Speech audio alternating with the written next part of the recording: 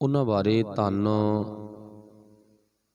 ਧੰਨ ਸ੍ਰੀ ਗੁਰੂ ਗ੍ਰੰਥ ਸਾਹਿਬ ਮਹਾਰਾਜ ਜੀ ਦੀ ਪਾਵਨ ਬਾਣੀ ਦੇ ਵਿੱਚ ਬੜੀ ਰੱਜ ਕੇ ਭੱਟ ਸਾਹਿਬਾਨਾਂ ਨੇ ਵਡਿਆਈ ਕੀਤੀ ਆ। ਕਿਉਂਕਿ ਪਾਤਸ਼ਾਹ ਜੀ ਦੇ ਜੀਵਨ ਬਾਰੇ ਆਪਾਂ ਕੁਝ ਦਿਨਾਂ ਤੋਂ ਸੁਣਦੇ ਆ ਰਹੇ ਹਾਂ। ਸਤਿਗੁਰੂ ਗੁਰੂ ਨਾਨਕ ਪਾਤਸ਼ਾਹ ਜੀ ਦੇ ਵਿੱਚ ਖਾਸ ਗੁਣ ਵਡਿਆਈ ਕਰਨ ਯੋਗ ਨੇ, ਐਵੇਂ ਨਹੀਂ। ਕਿਉਂਕਿ ਮਨੁੱਖੀ ਸਰੀਰ ਦੀ ਵਡਿਆਈ ਨਹੀਂ, ਮਨੁੱਖ ਦੇ ਵਿੱਚ ਜੋ ਗੁਣਾਂ ਦੀ ਵਡਿਆਈ ਆ। ਫੁੱਲ ਦੀ ਵਡਿਆਈ ਨਹੀਂ, ਖੁਸ਼ਬੂ ਦੀ ਵਡਿਆਈ ਆ। ਹੁਣ ਸਤਿਗੁਰੂ ਪਾਤਸ਼ਾਹ ਜੀ ਇੱਕ ਉਹ ਫੁੱਲ ਨੇ ਜਿਨ੍ਹਾਂ ਨੇ ਕਦੇ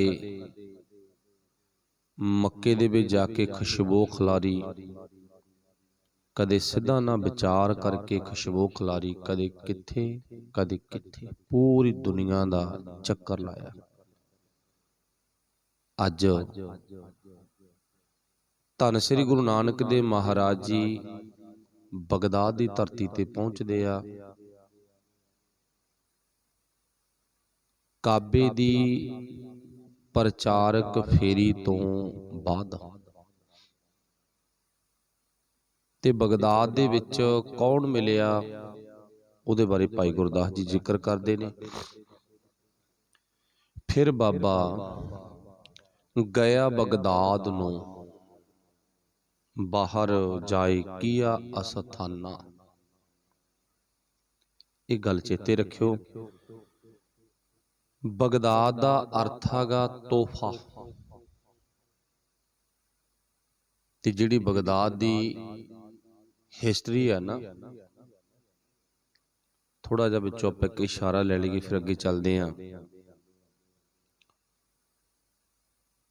ਕੁਝ ਸਮਾਂ ਪਹਿਲਾਂ ਇਸ ਧਰਤੀ ਤੇ ਕਹਿੰਦੇ ਇੱਕ ਫਰਾਬੀ ਆਇਆ। ਉਹਦੇ ਤਨ ਤੇ ਪੁਰਾਣੇ ਜਿਹੇ ਕੱਪੜੇ ਪਾਏ ਹੋਏ ਨੇ ਤੇ ਸੰਗੀਤ ਦਾ ਬੜਾ ਧਨੀ ਆ। ਤੇ ਜਦੋਂ ਇੱਥੇ ਪਹੁੰਚਿਆ ਤੇ ਇੱਥੋਂ ਦੇ ਲੋਕਾਂ ਨੇ ਉਹਦਾ ਮਜ਼ਾਕ ਉਡਾਇਆ। ਕੁਦਰਤੀ ਗੱਲ ਆ, ਜਦੋਂ ਮਨੁੱਖ ਦੇ ਤਨ ਤੇ ਨਾ ਆਮ ਜੇ ਸਿੰਪਲ ਜੇ ਕੱਪੜੇ ਪਹਿਨੇ ਨੇ ਤਾਂ ਉਹਨਾਂ ਨੂੰ ਵੇਖ ਕੇ ਦੁਨੀਆ ਦੇ ਲੋਕ ਮਜ਼ਾਕ ਉਡਾਉਂਦੇ ਨੇ। ਪਰ ਜਿਹੜੇ ਬੰਦੇ ਉਸ ਅਕਾਲ ਪੁਰਖ ਵਾਹਿਗੁਰੂ ਜੀ ਦੇ ਨਾਲ ਜੁੜੇ ਹੋਏ ਨੇ, ਉਹਨਾਂ ਨੂੰ ਤਨ ਤੇ ਪਹਿਨਣ ਵਾਲੇ ਲਿਬਾਸ ਦਾ ਕੋਈ ਬਹੁਤਾ ਨਹੀਂ ਹੁੰਦਾ, ਕਿਹੋ ਜਿਹਾ ਹੈ ਕਿਹੋ ਜਿਹਾ ਨਹੀਂ। ਪਰ ਉਹ ਫਰਾਬੀ ਆਇਆ।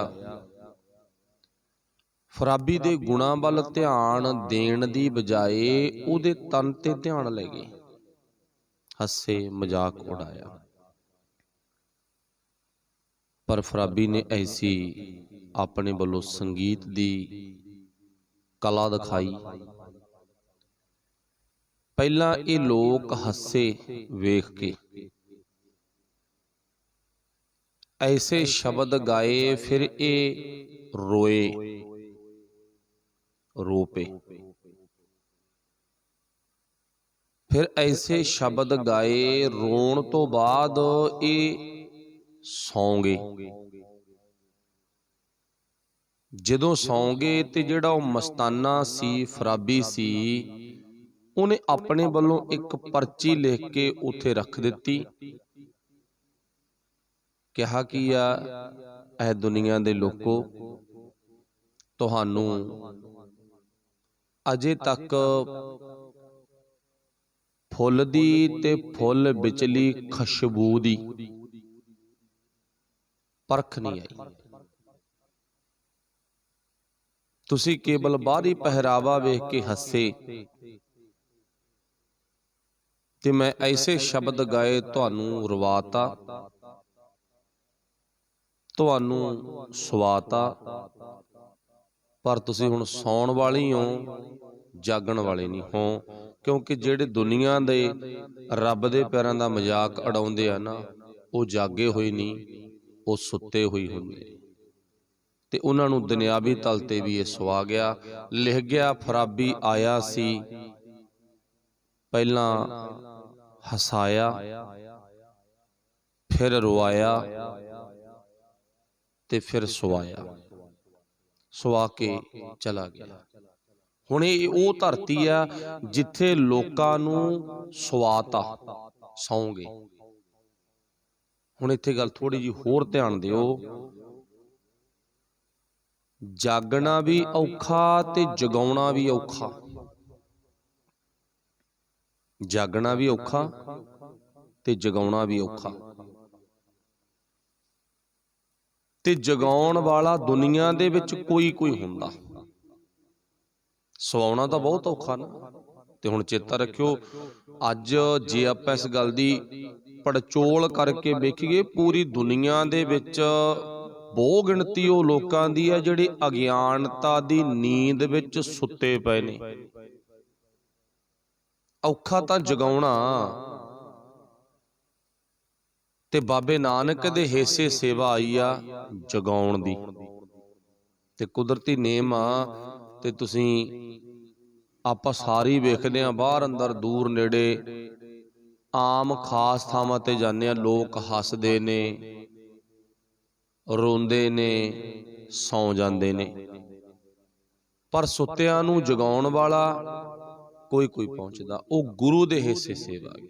ਇਹ ਉਹ ਬਗਦਾਦ ਆ ਜਿੱਥੇ ਲੋਕ ਸੁੱਤੇ ਹੋਏ ਨੇ, ਪਰ ਉਹਨਾਂ ਨੂੰ ਜਗਾਉਣ ਵਾਸਤੇ ਭਾਈ ਗੁਰਦਾਸ ਜੀ ਕਹਿੰਦੇ ਗੁਰੂ ਨਾਨਕ ਸਾਹਿਬ ਜੀ ਪਹੁੰਚੇ ਨੇ। ਉਹ ਥਾਂ ਹੈ। ਤੇ ਹੁਣ ਇੱਥੇ ਭਾਈ ਗੁਰਦਾਸ ਜੀ ਲਿਖਦੇ ਨੇ, ਬਾਬਾ ਫਿਰ ਗਿਆ ਬਗਦਾਦ ਨੂੰ। ਬਾਬਾ ਇਸ ਬਗਦਾਦ ਸ਼ਹਿਰ ਦੇ ਵਿੱਚ ਪਹੁੰਚਦਾ ਹੈ। ਬਾਹਰ ਜਾਏ ਕੀਆ ਅਸਥਾਨਾ। ਪਾਤਸ਼ਾਹ ਨੇ ਇੱਕ ਸਥਾਨ ਤੇ ਬੈਠ ਕੇ ਉਸ ਅਕਾਲ ਪੁਰਖ ਵਾਹਿਗੁਰੂ ਦੀ ਚਰਚਾ ਕੀਤੀ। ਇੱਕ ਬਾਬਾ ਅਕਾਲ ਮੂਰਤ, ਦੂਜਾ ਰਬਾਬੀ ਮਰਦਾਨਾ। ਇੱਕ ਬਾਬਾ ਅਕਾਲ ਮੂਰਤ ਤੇ ਦੂਜਾ ਰਬਾਬੀ ਮਰਦਾਨਾ। ਹੁਣ ਇੱਕ ਤਾਂ ਅਕਾਲ ਮੂਰਤ ਖੁਦ ਪਰਮਾਤਮਾ ਦਾ ਰੂਪ ਗੁਰੂ ਨਾਨਕ ਸਾਹਿਬ, ਤੇ ਦੂਸਰੀ ਜਿਹੜੀ ਰੂਹ ਆ ਉਹਨਾਂ ਨਾਲ, ਦੂਜਾ ਜਿਹੜਾ ਸਰੀਰ ਆ ਉਹ ਆ ਮਰਦਾਨਾ ਜੀ ਦਾ। ਇੱਕ ਬਾਬਾ ਅਕਾਲ ਮੂਰਤ, ਦੂਜਾ ਰਬਾਬੀ ਮਰਦਾਨਾ। ਫਿਰ ਭਾਈ ਗੁਰਦਾਸ ਜੀ ਲਿਖਦੇ ਨੇ, ਦਿੱਤੀ ਵਾਂਗ ਨਵਾਜ ਕਰ।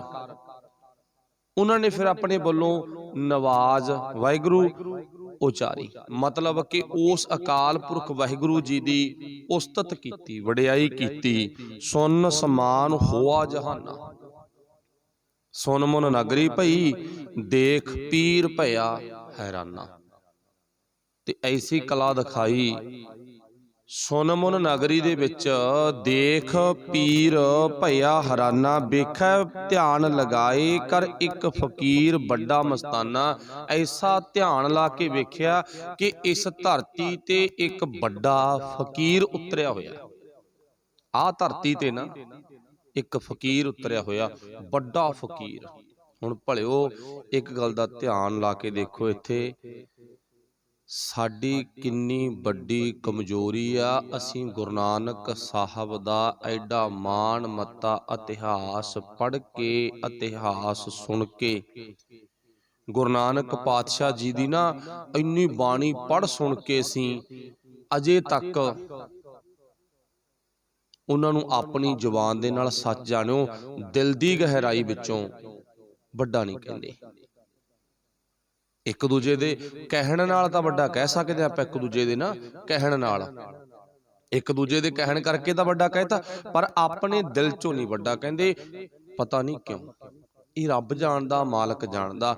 ਪਰ ਉਹ ਲੋਕ ਜਿਹੜੇ ਖੁਦ ਵੱਡਾ ਕਹਾਉਂਦੇ ਸਨ, ਉਹ ਲੋਕ ਜਿਹੜੇ ਖੁਦ ਵੱਡਾ ਕਹਾਉਂਦੇ ਸਨ, ਪਰ ਉਹਨਾਂ ਨੇ ਸੱਚ ਜਾਣਿਓ, ਉਹਨਾਂ ਨੇ ਆਪਣੇ ਦਿਲ ਚੋਂ ਵੱਡਾ ਕਿਹਾ।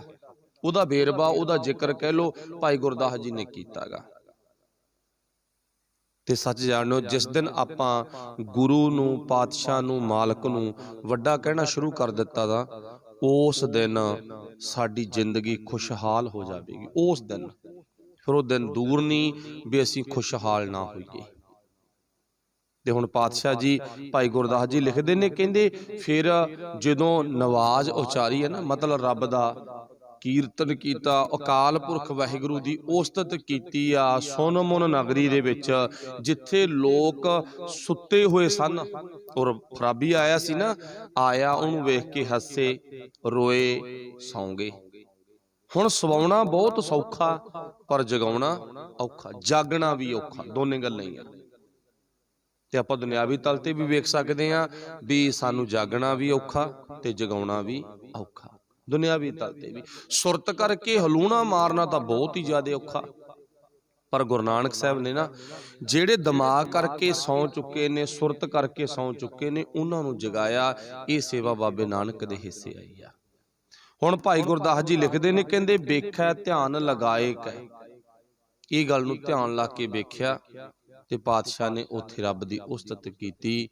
ਇਹ ਆਵਾਜ਼ ਲੋਕਾਂ ਦੇ ਕੰਨਾਂ ਵਿੱਚ ਪਈ, ਇਤਰਾਜ਼ ਕੀਤਾ। ਦਸਤਗੀਰ ਕੋਲੇ ਗੁਰੂ ਨਾਨਕ ਪਾਤਸ਼ਾਹ ਜੀ ਦੀ ਮੁਲਾਕਾਤ ਹੁੰਦੀ ਆ। ਇਹ ਵੀ ਲਿਖਿਆ ਮਿਲਦਾ ਵੀ ਧੰਨ ਸ੍ਰੀ ਗੁਰੂ ਨਾਨਕ ਦੇਵ ਮਹਾਰਾਜ ਜੀ ਨੂੰ ਅਪਸ਼ਬਦ ਵੀ ਬੋਲੇ ਗਏ, ਜਾਣੀ ਕਿ ਬੁਰੇ ਸ਼ਬਦ ਵੀ ਬੋਲੇ ਗਏ। ਪਾਤਸ਼ਾਹ ਨੇ ਕੋਈ ਇਤਰਾਜ਼ ਨਹੀਂ ਮੰਨਿਆ। ਤੇ ਦਸਤਗੀਰ ਉਥੋਂ ਦਾ ਇੱਕ ਮੁਖੀਆ, ਇਹ ਗੱਲ ਧਿਆਨ ਚ ਰੱਖਿਓ, ਦਸਤਗੀਰ ਅਹੁਦੇ ਦਾ ਨਾਂ, ਜਿਵੇਂ ਆਪਾਂ ਜਥੇਦਾਰ ਕਹਿੰਦੇ ਨੇ ਆ ਵੀ ਜਥੇਦਾਰ ਇੱਕ ਅਹੁਦੇ ਦਾ ਨਾਂ ਗਾ, ਵੀ ਜਥੇਦਾਰ ਸਾਹਿਬ ਦਾ ਹੁਕਮ ਆ, ਦਸਤਗੀਰ ਸਾਹਿਬ ਦਾ ਹੁਕਮ ਆ, ਇਹ ਪੀਰ ਨੂੰ ਦਸਤਗੀਰ ਕੋਲੇ ਲੈ ਕੇ ਚੱਲਣਾ। ਹਾਂ ਭਾਈ, ਤੇਰੀ ਜਿਹੜੀ ਵਿਚਾਰ ਆ, ਤੁਸੀਂ ਕਹਿੰਦੇ ਹੋ 7 ਪਤਾਲ ਨੇ ਵਾਹਿਗੁਰੂ, ਲੱਖਾਂ ਹੀ ਪਤਾਲ, ਲੱਖਾਂ ਹੀ ਆਗਾਸ, ਪਰ ਅਸੀਂ ਅਲੱਗ ਤੋਂ ਸੋਚਦੇ ਹਾਂ। ਅਸੀਂ 7 ਪਤਾਲ ਮੰਨਦੇ ਹਾਂ, 7 ਆਕਾਸ਼ ਮੰਨਦੇ ਹਾਂ। ਅੱਡੋ ਅੱਡ ਸੋਚ ਆ ਨਾ। ਆਪਾਂ ਸ਼ਾਮ ਵੀ ਰਾਤ ਨੂੰ ਕੱਲ ਗੱਲ ਕੀਤੀ ਸੀ ਵੀ ਇੱਕ ਗੱਲ ਥੋੜਾ ਜਿਹਾ ਧਿਆਨ ਮਾਰ ਕੇ ਵੇਖੋ, ਇਹ ਸਾਡੀ ਦੁਨੀਆ ਨੇ ਮੰਨ ਲਿਆ ਵੀ ਹਿੰਦੂਆਂ ਦਾ ਰੱਬ ਅਲੱਗ ਆ, ਮੁਸਲਮਾਨਾਂ ਦਾ ਅਲੱਗ। ਆਪਾਂ ਕੱਲ ਵੀ ਸੁਣਿਆ ਸੀ, ਬਾਬੇ ਨੇ ਤਾਂ ਕਾਬੇ ਜਾ ਕੇ, ਜਾਣੀ ਕਿ ਮੱਕੇ ਜਾ ਕੇ ਨਾ, ਉੱਥੇ ਜਾ ਕੇ ਵੀ ਜਿੱਥੇ ਅੰਦਰ ਐਂਟਰ ਨਹੀਂ ਹੋਣ ਦਿੰਦੇ ਕਿਸੇ ਹੋਰ ਧਰਮ ਦੇ ਬੰਦੇ ਨੂੰ, ਗੈਰ ਧਰਮ ਦੇ ਬੰਦੇ ਨੂੰ, ਪਰ ਬਾਬੇ ਨੇ ਮਸੀਤ ਵਿੱਚ ਜਾ ਕੇ ਵੀ, ਇੱਕ ਮਸੀਤ ਨਹੀਂ, ਬਹੁਤ ਵੱਡਾ ਕੇਂਦਰੀ ਸਥਾਨ ਆ ਮੁਸਲਮਾਨ ਭਰਾਵਾਂ ਦਾ, ਉੱਥੇ ਜਾ ਕੇ ਵੀ ਅਕਾਲ ਪੁਰਖ ਦੇ ਗੁਣ ਗਾਏ ਤੇ ਗੁਰੂ ਦੀ ਬਾਣੀ ਗਾਈ। ਤੇ ਅਸੀਂ ਦੇਖੋ ਕਿੱਥੇ ਰੁਕੇ ਹੋਏ ਆ, ਉੱਥੇ ਜਾ ਕੇ ਵੀ ਸੱਚ ਦੀ ਗੱਲ ਕੀਤੀ। ਤੇ ਐਡੇ ਵੱਡੇ ਅਸਥਾਨ ਤੇ ਉਹ ਬਣਾਇਆ ਕਿਹਨੇ ਸਥਾਨ ਆ, ਮੈਂ ਦੁਬਾਰਾ ਫਿਰ ਥੋੜਾ ਜਿਹਾ ਜ਼ਿਕਰ ਕਰਦਾ ਇੱਥੇ ਆਪਣੇ, ਤਾਂ ਜੋ ਧਿਆਨ ਵਿੱਚ ਗੱਲ ਆ ਜੇ। ਤੇ ਉਸ ਕਾਬੇ ਨੂੰ ਬਣਾਉਣ ਵਾਲਾ ਸਭ ਤੋਂ ਪਹਿਲਾ ਮਨੁੱਖ, ਉਹ ਤੁਹਾਨੂੰ ਕੱਲ ਵੀ ਬੇਨਤੀ ਕੀਤੀ ਸੀ ਵੀ ਧਿਆਨ ਵਿੱਚ ਰੱਖਣਾ, ਮੁਹੰਮਦ ਆਦਮ। ਫਿਰ ਉਹ ਕਾਬਾ ਢਹਿ ਗਿਆ, ਫਿਰ ਉਸ ਤੋਂ ਬਾਅਦ ਦੁਬਾਰੇ ਬਣਾਇਆ ਮੁਹੰਮਦ ਨੂਹ ਨੇ, ਫਿਰ ਉਹ ਢਹਿ ਗਿਆ, ਫਿਰ ਮੁਹੰਮਦ ਇਬਰਾਹਿਮ ਨੇ, ਫਿਰ ਢਹਿ ਗਿਆ, ਫਿਰ ਚੌਥੀ ਵਾਰ ਇਹ ਬਣਾਇਆ ਗਾ ਹਜ਼ਰਤ ਮੁਹੰਮਦ ਨੇ। ਤੇ ਉਹਨੇ ਸਾਰੀਆਂ ਮੂਰਤਾਂ ਚਕਵਾਤੀਆਂ ਸਨ ਵਿੱਚੋਂ। ਤੇ ਅੱਜ ਉਹ ਮੁਸਲਮਾਨ ਭਰਾਵਾਂ ਕੋਲੇ ਜੇ ਵੇਖਿਆ ਜਾਵੇ, ਹਜ਼ਰਤ ਮੁਹੰਮਦ ਸਾਹਿਬ ਦਾ ਕੇਵਲ ਤੇ ਕੇਵਲ ਨਿਸ਼ਾਨੀ ਤੌਰ ਤੇ ਇੱਕ ਦਾੜੀ ਦਾ ਵਾਲ ਆ, ਹੋਰ ਕੁਛ ਨਹੀਂ ਹੈ। ਸਿੱਖਾ ਤੇਰੀ ਕਿੱਡੀ ਵੱਡੀ ਕਿਸਮਤ ਆ, ਤੈਨੂੰ ਗੁਰੂ ਸਾਹਿਬ ਇੱਕ ਆਮ ਨਿਸ਼ਾਨੀ ਨਹੀਂ ਦੇ ਕੇ ਗਏ, ਕਿੰਨੀਆਂ ਨਿਸ਼ਾਨੀਆਂ ਦੇ ਕੇ ਗਈਆਂ ਨੇ, ਦੇ ਕੇ ਗਏ ਨੇ, ਪਰ ਜੇ ਸਾਂਭੀਆਂ ਨਹੀਂ ਤਾਂ ਤੈਂ ਨਹੀਂ ਸਾਂਭੀਆਂ, ਉਹ ਤੇਰੀ ਕਮਜ਼ੋਰੀ ਆ। ਮਾਪਿਆਂ ਨੇ, ਦਾਦੇ ਦਾਦੀ ਨੇ, ਪੜਦਾਦੇ ਨੇ ਤਾਂ ਬਹੁਤ ਕੁਝ ਬਣਾ ਕੇ ਦੇਤਾ ਨਾ, ਜੇ ਸੰਭਾਲਿਆ ਨਹੀਂ ਤਾਂ ਉਹ ਅੱਗੇ ਸਾਡੀ ਕਮਜ਼ੋਰੀ ਆ। ਕੱਲਾ ਉਹਨਾਂ ਕੋਲੇ ਹਜ਼ਰਤ ਮੁਹੰਮਦ ਦਾ ਇੱਕ ਦਾੜੇ ਦਾ ਵਾਲ ਆ, ਜਿਹਨੂੰ ਅੱਜ ਵੀ ਉਹ ਨਮਸਤਕ ਹੁੰਦੇ ਨੇ ਤੇ ਸੰਭਾਲ ਕੇ ਰੱਖਿਆ ਹੋਇਆਗਾ।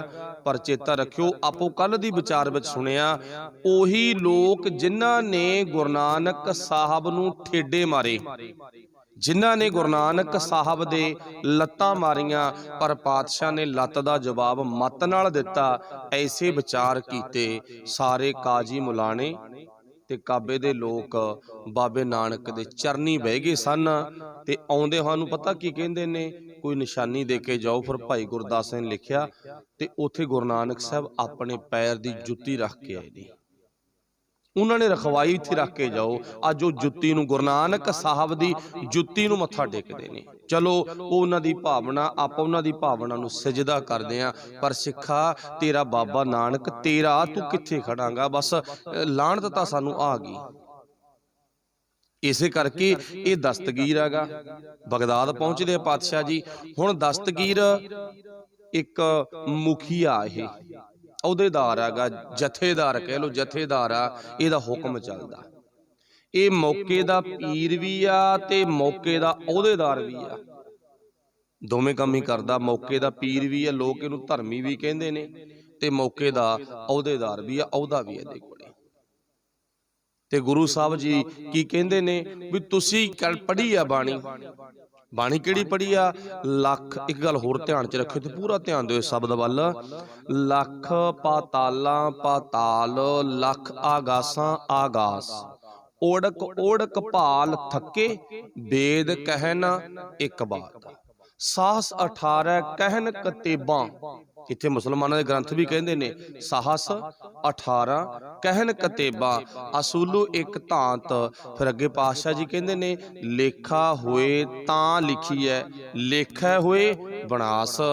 ਕੋਈ ਲੱਖ ਪਤਾਲ ਕਹਿੰਦਾ, ਬਾਬਾ ਨਾਨਕ ਕਹਿੰਦਾ, ਕੋਈ ਲੱਖ ਆਕਾਸ਼ ਕਹਿੰਦਾ, ਕੋਈ ਸੱਤ ਕਹਿੰਦਾ, ਜਿਵੇਂ ਇੱਥੇ ਦਸਤਗੀਰ ਕਹਿੰਦਾ, ਕੋਈ ਸੱਤ ਪਤਾਲ ਕਹਿੰਦਾ ਗਾ। ਪਰ ਪਾਤਸ਼ਾਹ ਜੀ ਕਹਿੰਦੇ ਰੱਬ ਦਾ ਲੇਖਾ ਤਾਂ ਆਪਾਂ ਕਰ ਹੀ ਨਹੀਂ ਸਕਦੇ, ਗੱਲ ਖਤਮ ਆ।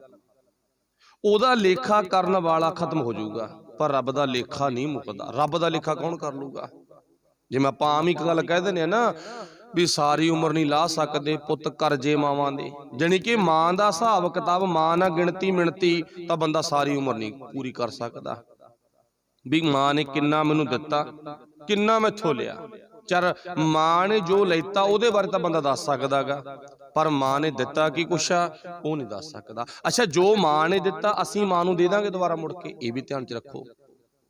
ਇਹ ਗੱਲ ਨਾ ਰੱਬ ਨੂੰ ਵੇਖਣ ਵਾਲੀ ਗੱਲ ਆ, ਵੀ ਆਪਾਂ ਰੱਬ ਨੂੰ ਵੇਖਣਾ, ਰੱਬ ਨਾਲ ਹਿਸਾਬ ਕਿਤਾਬ ਕਰਨਾਗਾ। ਅੱਜ ਬੰਦਾ ਗਿਣਤੀ ਮਿਣਤੀ ਕਰਦਾ, ਜੀ ਮੈਂ 40 ਦਿਨ ਪਾਠ ਕੀਤਾ, ਇਹ ਫਿਰ ਆਸਾਨ ਥੋੜੀ ਹੈਗਾ।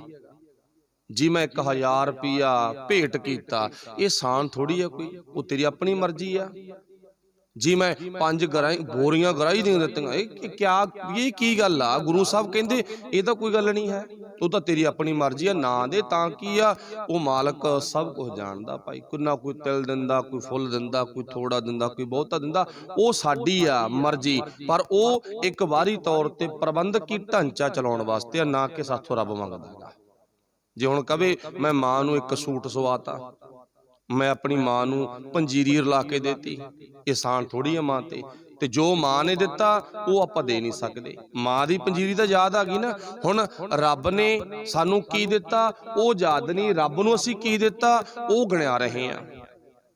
ਮਾਂ ਨੇ ਕੀ ਦਿੱਤਾ ਯਾਦ ਨਹੀਂ ਨਾ, ਰੱਬ ਨੇ ਕੀ ਦਿੱਤਾ ਯਾਦ ਨਹੀਂ। ਮਾਂ ਨੂੰ ਕੀ ਦਿੱਤਾ ਉਹ ਯਾਦ ਆ, ਰੱਬ ਨੂੰ ਕੀ ਦਿੱਤਾ ਉਹ ਯਾਦ ਆ। ਚਾਹੇ ਮੰਦਿਰ 'ਚ ਦਿੱਤਾ, ਚਾਹੇ ਮਸਜਿਦ 'ਚ ਦਿੱਤਾ, ਚਾਹੇ ਗੁਰਦੁਆਰੇ ਦਿੱਤਾ, ਜ਼ਿਕਰ ਤਾਂ ਆਪਾਂ ਰੱਬ ਦਾ ਹੀ ਕਰਦੇ ਆ ਨਾ, ਵੀ ਰੱਬ ਨੂੰ ਦਿੱਤਾ, ਰੱਬ ਦੇ ਨਾਂ ਤੇ ਦਿੱਤਾ। ਪਰ ਮਾਂ ਨੇ ਭਰਾਵਾ ਚੇਤੇ ਰੱਖੀ, ਆਪਣੇ ਸਰੀਰ ਦੇ ਵਿੱਚੋਂ ਨਾ, ਆਪਣੇ ਸਰੀਰ ਦੇ ਵਿੱਚੋਂ ਛਿੱਲ ਕੇ, ਜਿਵੇਂ ਆਪਾਂ ਕਹਿ ਦਈਏ ਨਾ ਕਿਸੇ ਵਸਤੂ ਨੂੰ ਛਿੱਲ ਕੇ ਉਧਾਰਾ ਮਾਸ ਦਿੱਤਾ ਤੈਨੂੰ, ਤੇ ਉਹ ਛਿੱਲ ਕੇ ਦਿੱਤੇ ਹੋਏ ਮਾਸ ਦੇ ਵਿੱਚੋਂ ਤੇਰਾ ਸਰੀਰ ਤਿਆਰ ਹੋਇਆਗਾ। ਤੇ ਉਹ ਦੇਖ ਲਾ ਤੂੰ ਦਾਤ ਦੁਬਾਰਾ ਮੁੜ ਕੇ ਮਾਂ ਨੂੰ ਦੇ ਸਕਦਾ ਕਿ ਨਾ? ਮਾਂ ਨੇ ਤੈਨੂੰ ਖੂਨ ਪਿਲਾਇਆ, ਤੂੰ ਦੇਖ ਮਾਂ ਨੂੰ ਆਪਣੀ ਨੂੰ ਖੂਨ ਪਿਲਾ ਸਕਦਾ ਕਿ ਨਹੀਂ ਪਿਲਾ ਸਕਦਾ? ਨਹੀਂ ਪਿਲਾ ਸਕਦਾ। ਅੱਜ ਤੱਕ ਕਿਸੇ ਪੁੱਤ ਨੇ ਮਾਂ ਨੂੰ ਜਾਂ ਧੀ ਨੇ ਮਾਂ ਨੂੰ ਖੂਨ ਪਿਆ ਹੀ ਨਹੀਂਗਾ। ਮਾਂ ਨੇ ਪੁੱਤ ਨੂੰ ਪਿਆਇਆ ਹੈਗਾ, ਉਹਨੇ ਵੱਡਾ ਕੀਤਾ ਤਾਂ ਆਪਣਾ ਖੂਨ ਪਿਲਾ ਕੇ ਕੀਤਾ। ਇਵੇਂ ਜਿਵੇਂ ਮਾਂ ਤੋਂ ਉਦਾਹਰਨ ਕਿੱਥੇ ਲੈਤੀ ਆ? ਪਰ ਰੱਬ ਤੇ। ਰੱਬ ਨੇ ਜੋ ਦਿੱਤਾ ਉਹਦੇ ਬਾਰੇ ਆਪਾਂ ਕੁਝ ਵੀ ਨਹੀਂ ਕਹਿ ਸਕਦੇ। ਬਸ ਉਹਨੇ ਜੋ ਦਿੱਤਾ ਬਹੁਤ ਦਿੱਤਾ, ਉਹਨੇ ਜੋ ਦਿੱਤਾ ਇੰਨਾ ਦਿੱਤਾ, ਉਹਦਾ ਅਸੀਂ ਮੁੱਲ ਮੋੜ ਨਹੀਂ ਸਕਦੇ। ਇੱਥੇ ਮੁੱਕ ਗਈ ਗੱਲ ਆ।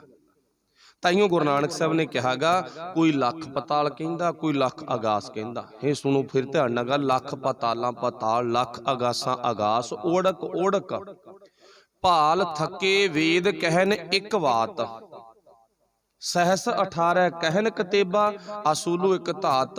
ਆਹ ਗੱਲ ਨੂੰ ਧਿਆਨ ਚ ਰੱਖਣਾ। ਲੇਖਾ ਹੋਏ ਤਾਂ ਲਿਖੀਐ, ਲੇਖਾ ਹੋਏ ਵਿਨਾਸ਼।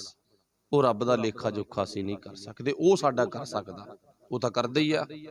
ਰੱਬ ਦੇ ਪਿਆਰਿਆਂ ਤਾਂ ਚਲੋ ਉਹ ਵੀ ਨਹੀਂ ਕਰਦਾ। ਹੁਣ ਦਸਤਗੀਰ ਕੋਲੇ ਗੁਰੂ ਨਾਨਕ ਸਾਹਿਬ ਜੀ ਪਹੁੰਚੇ ਨੇ ਵੀ ਤੁਸੀਂ ਕਹਿੰਦੇ ਹੋ ਲੱਖ ਤੇ, ਪਰ ਸਾਡੀ ਭਾਵਨਾ ਆ ਗਈ ਤੇ ਰੱਬ ਸਾਡੀ ਭਾਵਨਾ ਮੁਤਾਬਕ ਹੋਰ ਤਰ੍ਹਾਂ ਦਾ ਤੇ ਤੁਹਾਡੀ ਭਾਵਨਾ ਮੁਤਾਬਕ ਹੋਰ ਤਰ੍ਹਾਂ ਦਾ। ਪਰ ਪਿਆਰਿਓ, ਗੁਰਬਾਣੀ ਤਾਂ ਇੱਕ ਦਾ ਉਪਦੇਸ਼ ਕਰਦੀ ਹੈ, ਇੱਕ ਓੰਕਾਰ ਤੋਂ ਸ਼ੁਰੂ ਹੁੰਦੀ ਆ। ਤੇ ਗੁਰੂ ਨੇ ਨਾ ਗੁਰਬਾਣੀ ਦੀ ਆਰੰਭਤਾ ਦੇ ਵਿੱਚ ਇੱਕ ਗੱਲ ਹੋਰ ਧਿਆਨ ਵਿੱਚ ਰੱਖਿਓ, ਗੁਰੂ ਗ੍ਰੰਥ ਸਾਹਿਬ ਜੀ ਦੇ ਜਿਨ੍ਹਾਂ ਨੇ ਦਰਸ਼ਨ ਕੀਤੇ ਨੇ ਵਾਹ ਵਾਹ, ਜਿਨ੍ਹਾਂ ਨੇ ਨਹੀਂ ਕੀਤੇ ਤਾਂ ਜ਼ਰੂਰ ਕਰੋ। ਕਿਹੜੇ ਰੂਪ ਚ? ਜਿਸ ਰੂਪ ਚ ਅਸੀਂ ਦਰਸ਼ਨ ਕਰਦੇ ਹਾਂ ਨਾ, ਇਸ ਰੂਪ ਚ ਨਹੀਂ, ਪ੍ਰਕਾਸ਼ ਕਰਕੇ ਬਾਣੀ ਨੂੰ ਪੜ੍ਹਨ ਦੇ ਰੂਪ ਚ। ਉੱਥੋਂ ਬਹੁਤ ਕੁਝ ਸਾਨੂੰ ਮਿਲਣਾ ਗਾ। ਨੰਬਰ 1 ਤੇ ਜਿੱਥੋਂ ਗੁਰਬਾਣੀ ਸ਼ੁਰੂ ਕੀਤੀ ਜਾਂਦੀ ਆ, ਉਹ ਗੁਰਬਾਣੀ ਦੀ ਸ਼ੁਰੂਆਤ ਹੈ ਜਪ ਬਾਣੀ ਦੇ ਪਾਠ ਤੋਂ, ਜਾਣੀ ਕਿ ਜਪਜੀ ਸਾਹਿਬ ਦੀ ਬਾਣੀ ਤੋਂ। ਜਿੱਥੋਂ ਗੁਰਬਾਣੀ ਦੀ ਸ਼ੁਰੂਆਤ ਕੀਤੀ ਜਾਂਦੀ ਆ ਨਾ, ਉਥੇ ਗੁਰੂ ਨਾਨਕ ਪਾਤਸ਼ਾਹ ਜੀ ਦੀ ਇੰਨੀ ਕੁ ਚੰਗੀ ਸੋਚ ਆ, ਇੰਨੀ ਕੁ ਉੱਚੀ ਸੁੱਚੀ ਸੋਚ ਦੇ ਮਾਲਕ ਨੇ, ਕਿਤੇ ਬਾਣੀ ਪੜ੍ਹਨ ਵਾਲਾ ਨਾ ਉਲਝ ਨਾ ਜਾਵੇ। ਪੰਨਿਆਂ ਦੀ ਗਿਣਤੀ ਆ, ਆਪਾਂ ਕਿਸੇ ਨੂੰ ਮਰਜ਼ੀ ਪੁੱਛ ਲਓ, ਚਲੋ ਨੋਰਮਲ ਜਿਹਾ ਸਵਾਲ ਆ, ਸਭ ਨੂੰ ਪਤਾ ਵੀ ਗੁਰੂ ਗ੍ਰੰਥ ਸਾਹਿਬ ਦੇ ਕਿੰਨੇ ਪੰਨੇ ਨੇ, ਕਿਉਂਕਿ ਲਿਖੇ ਪਏ ਨੇ 1430 ਲਿਖਿਆ ਨਾ ਕੱਲੇ ਕੱਲੇ ਪੰਨੇ ਤੇ। ਪਰ 1430 ਪੰਨਿਆਂ ਦੇ ਵਿੱਚੋਂ ਇੱਕ ਪੰਨਾ ਉਹ ਆ ਜਿਤੇ ਗੁਰੂ ਗ੍ਰੰਥ ਸਾਹਿਬ ਜੀ ਦੀ ਪਾਵਨ ਬਾਣੀ ਦੇ ਅੰਗ ਤੇ ਅੰਗ ਨੰਬਰ ਨਹੀਂ ਲਿਖਿਆ ਗਿਆ। ਆਹ ਸਵਾਲ ਔਖਾ। ਸ਼ਾਇਦ ਮਾਫ ਕਰਨਾ, ਮੈਂ ਕੋਈ ਕਿਸੇ ਦੀ ਬੇਇੱਜ਼ਤੀ ਜਾਂ ਕਿਸੇ ਨੂੰ ਇਨਸਲਟ ਕਰਨ ਦੇ ਲਈ ਇਦਾਂ ਦੀ ਭਾਵਨਾ ਨਹੀਂ ਹੈ। ਜੇ ਮੇਰੇ ਖਿਆਲ ਮੁਤਾਬਕ ਇਹ ਗਲਤ ਆਪਾਂ ਪੜ੍ਹਨ ਵਾਲੇ ਗ੍ਰੰਥੀ ਭਰਾਵਾਂ ਨੂੰ ਪੁੱਛ ਲਾਂਗੇ, ਸ਼ਾਇਦ ਉਹਨਾਂ ਨੂੰ ਵੀ ਨਹੀਂ ਪਤਾ ਹੋਣਾ, ਕਿਉਂਕਿ ਦਰਸ਼ਨ ਕੀਤੇ ਨੇ ਪਰ ਗੌਹ ਦੇ ਨਾਲ ਨਹੀਂ ਕੀਤੇ ਗਏ। ਕੀਤੇ ਆ ਨਾ, ਕੀਤੇ ਨੇ, ਰਸਮੀ ਤੌਰ ਤੇ ਕੀਤੇ ਨੇ, ਪਰ ਆਹ ਗੱਲਾਂ ਥੋੜੀ ਵੇਖੀਆਂ ਨੇ। ਉਹ ਤਾਂ ਜਿੰਨਾ ਸਿਲੇਬਸ ਦੇਤਾ ਉਹਨਾਂ ਤਿਆਰ ਕਰ ਲਿਆ, ਬਾਕੀ ਛੱਡਤਾ, ਕਹਿੰਦੇ ਲੋੜ ਹੀ ਨਹੀਂ ਇੱਧਰ ਤਾਂ ਆਪਾਂ ਨੂੰ ਜਾਣ ਦੀ। ਭਾਵਨਾ ਹੀ ਬਣ ਗਈ ਨਾ, ਜਿੰਨਾ ਸਿਲੇਬਸ ਮਿਲ ਗਿਆ ਉਹਨਾਂ ਕਰ ਲਓ, ਬਾਕੀ ਛੱਡੋ। ਜੇ ਅਗਲੇ ਨੇ 7 ਦਿਨਾਂ ਦਾ ਪਾਠ ਕਰਾਇਆ ਕਰ ਦੋ, ਨਿਬੜ ਗਿਆ ਕੰਮ। 9 ਦਿਨਾਂ ਦਾ ਕਰਾਇਆ ਕਰ ਦੋ, ਨਿਬੜ ਗਿਆ ਕੰਮ। ਅੱਗੇ ਪਿੱਛੇ ਕੀ ਆ, ਕਿਵੇਂ ਬਾਣੀ ਲਿਖੀ ਹੈ, ਸ਼ਾਇਦ ਇਹਦੇ ਤੇ ਤਾਂ ਕੋਈ ਬਿਰਲਾ ਬਿਰਲਾ ਵਿਚਾਰ ਕਰਦਾ। ਜਿਸ ਅੰਗ ਤੇ, ਜਿਸ ਜਾਣੀ ਕਿ ਪੰਨੇ ਤੇ ਪੰਨਾ ਨੰਬਰ ਨਹੀਂ ਲਿਖਿਆ, ਉਹ ਪੰਨਾ ਨੰਬਰ ਇੱਕੋ ਹੀ ਆ। 1 ਨੰਬਰ ਪੰਨੇ ਤੋਂ ਪਾਤਸ਼ਾਹ ਨੇ ਜਿਹੜੀ ਸ਼ੁਰੂਆਤ 1 ਦੀ ਕਰਨੀ ਸੀ ਨਾ, ਪੰਨਾ ਨੰਬਰ 1 ਉੱਥੇ ਇਹ ਕਹਾਣੀ ਲਿਖਿਆ, ਉਹ ਜਗ੍ਹਾ ਛੱਡਤੀ। ਪੰਨਾ ਨੰਬਰ 2 ਤੋਂ ਸ਼ੁਰੂ ਹੁੰਦੀ ਹੈ ਗਿਣਤੀ ਗੁਰੂ ਗ੍ਰੰਥ ਸਾਹਿਬ ਦੀ। ਇਹ ਤਰਤੀਬ ਕਿਹਨੇ ਬਣਾਈ ਆ? ਭਾਈ ਗੁਰਦਾਸ ਜੀ ਨੇ, ਗੁਰੂ ਅਰਜਨ ਸਾਹਿਬ ਮਹਾਰਾਜ ਜੀ ਨੇ। ਕਿਉਂ ਬਣਾਈ ਆ? ਕਿਉਂਕਿ ਉੱਥੇ 1 ਆਉਣਾ ਸੀ 2 ਵਾਰੀ। ਇਹੀ ਗੱਲ ਆ ਨਾ, 1 ਆਉਣਾ ਸੀ 2 ਵਾਰੀ। 1 ਵਾਰੀ ਤਾਂ 1 ਓੰਕਾਰ, 1 ਵਾਰੀ ਪੰਨਾ ਨੰਬਰ 1। ਵੀ ਕਿਤੇ ਇੱਥੇ ਨਾ ਮੇਰਾ ਸਿੱਖ ਉਲਝ ਨਾ ਜਾਵੇ। ਜਾਣੀ ਕਿ ਸਿਆਣੇ ਮਾਪੇ ਨਾ ਆਪਣੇ ਪੁੱਤਰਾਂ ਲਈ, ਸਿਆਣੇ ਟੀਚਰ ਆਪਣੇ ਬੱਚਿਆਂ ਲਈ ਰਸਤਾ ਇੰਨਾ ਕੁ ਸੌਖਾ ਕਰ ਦਿੰਦੇ ਆ, ਕੱਲ ਨੂੰ ਮੇਰਾ ਪੁੱਤ, ਮੇਰਾ ਸਟੂਡੈਂਟ ਉਲਝੇ ਨਾ। ਤੇ ਸਾਡੇ ਬਾਬੇ ਕਹਿੰਦੇ ਬਾਣੀ ਪੜ੍ਹਨੀ ਔਖੀ ਵਾਲੀ ਆ, ਬਾਣੀ ਸਮਝਣੀ ਵਾਲੀ ਔਖੇ। ਦੱਸੋ ਹੁਣ ਕਿੱਥੇ ਔਖਾ ਗਾ? ਗੁਰੂ ਨਾਨਕ ਸਾਹਿਬ ਨੇ ਤਾਂ ਆ ਵੀ ਝਮੇਲਾ ਕੱਢਤਾ ਵੀ ਕਿਤੇ 2 ਏਕੇ ਪਾਤੇ ਨਾ, 1 ਏਕਾ ਇੱਥੇ ਆ, 1 ਏਕਾ ਇੱਥੇ ਆ, ਕਿਤੇ ਤੂੰ ਉਲਝ ਨਾ ਜਾਈ, ਕਿਤੇ 2 ਰੱਬ ਨਾ ਮੰਨ ਲਈ, ਰੱਬ ਇੱਕੋ ਹੀ ਆ। ਬਸ ਉਹ ਕਿਹੜਾ? ਜਿਹੜਾ 1 ਓੰਕਾਰ ਕੋਲੇ ਏਕਾ ਲਿਖਿਆ, ਇੱਥੋਂ ਸ਼ੁਰੂ ਕਰਤਾ ਪਾਤਸ਼ਾਹ ਨੇ। ਪਰਮਾਤਮਾ ਇੱਕ ਹੈ, ਪੰਨਾ ਨੰਬਰ ਛੱਡਤਾ। ਪੰਨਾ ਨੰਬਰ 2 ਤੋਂ ਗਿਣਤੀ ਸ਼ੁਰੂ ਹੁੰਦੀ ਆ। ਅਸੀਂ ਵੀ ਝਮੇਲੇ 'ਚ ਨਾ ਪੈ ਜਾਈਏ, ਕਿਤੇ ਵੀ ਕਹਿ ਦਈਏ ਇੱਧਰਲਾ ਇੱਕ ਰੱਬ ਹੋਰ ਆ ਤੇ ਇੱਧਰਲਾ ਏਕੇ ਵਾਲਾ ਰੱਬ ਹੋਰ ਆ। ਦੁਨੀਆ ਦੇ ਵਿੱਚ ਆਹੀ ਫਰਕ ਆ। ਆਹ ਫਰਕ ਕੱਢਣ ਦੇ ਲਈ ਬਾਬਾ ਨਾਨਕ ਘਰੋਂ ਤੁਰਿਆ ਸੀਗਾ ਵੀ ਰੱਬ 2 ਨਹੀਂ, ਰੱਬ ਇੱਕੋ ਹੀ ਆ। ਏਕੋ ਹੈ ਭਾਈ, ਏਕੋ ਹੈ ਸਾਹਿਬ ਮੇਰਾ, ਏਕੋ ਹੈ। ਕਿੰਨੀਆਂ ਉਦਾਹਰਨਾਂ ਪਾਤਸ਼ਾਹ ਨੇ ਦਿੱਤੀਆਂ। ਚਲੋ, ਕਹਿਣ ਤੋਂ ਭਾਵ ਸਤਿਗੁਰੂ ਪਾਤਸ਼ਾਹ ਜੀ ਨੇ ਇੱਥੇ ਸਮਝਾਇਆ ਦਸਤਗੀਰ ਨੂੰ ਵੀ ਸਾਡੀ ਵਿਚਾਰ ਨਹੀਂ ਕਹਿੰਦੀ ਵੀ ਤੁਹਾਡੇ ਮਤ ਰੱਬ ਦੇ ਪਰਥਾਏ ਅਲੱਗ ਹੋਣ ਤੇ ਸਾਡੇ ਮਤ ਰੱਬ ਦੇ ਪਰਥਾਏ ਅਲੱਗ ਹੋਣ। ਹੁਣ ਦਸਤਗੀਰ ਕਹਿੰਦਾ ਵੀ ਸਾਡੇ ਇਥੋਂ ਦਾ ਨਿਯਮ ਆ ਵੀ ਜਿਹੜਾ ਸਾਡੇ ਕੋਈ ਕਿਸੇ ਵੀ ਧਰਮ ਦੇ ਖਿਲਾਫ ਗੱਲ ਕਰਦਾ ਤੇ ਅਸੀਂ ਉਹਨੂੰ ਸਜ਼ਾ ਦਿੰਨੇ ਆ। ਸਜ਼ਾ ਤੈਨੂੰ ਵੀ ਅਪ ਸ਼ਬਦਾਂ ਦੀ ਮਿਲੀ ਆ, ਪਰ ਅਸੀਂ ਹੋਰ ਵੀ ਦੇਵਾਂਗੇ। जे तू गल क्लीयर ना कर सकिया, गल क्लीयर कर, भला ये दस भी रब है भी आ कि ऊई ढंडोरा पिट्टी जाने लोग, ये प्रश्न है ना। अच्छा, नंबर 2 ते जे रब है, जे रब है ना, ਤਾਂ ਜਿਹੜਾ ਰੱਬ ਹੈਗਾ ਉਸ ਰੱਬ ਤੋਂ ਪਹਿਲਾਂ ਰੱਬ ਕੌਣ ਸੀ ਜੇ ਹੈਗਾ। ਨੰਬਰ 3 ਤੇ ਜੇ ਉਹ ਹੈ ਤਾਂ ਉਹ ਦੀਂਦਾ ਕਿਉਂ ਨਹੀਂ। ਹੁਣ ਸਵਾਲ ਤਾਂ ਦਸਤਗੀਰ ਦੇ ਸਾਰੀ ਔਖੇ ਨੇ। ਨੰਬਰ 1 ਤੇ ਰੱਬ ਤੋਂ ਪਹਿਲਾਂ ਕੌਣ ਆ, ਆਪਾਂ ਸਵਾਲਾਂ ਦੀ ਲੜੀ ਬਣਾ ਲਓ। ਨੰਬਰ 2 ਤੇ ਰੱਬ ਜੇ ਹੈਗਾ ਤਾਂ ਉਹ ਰੱਬ ਦੀਂਦਾ ਕਿਉਂ ਨਹੀਂ।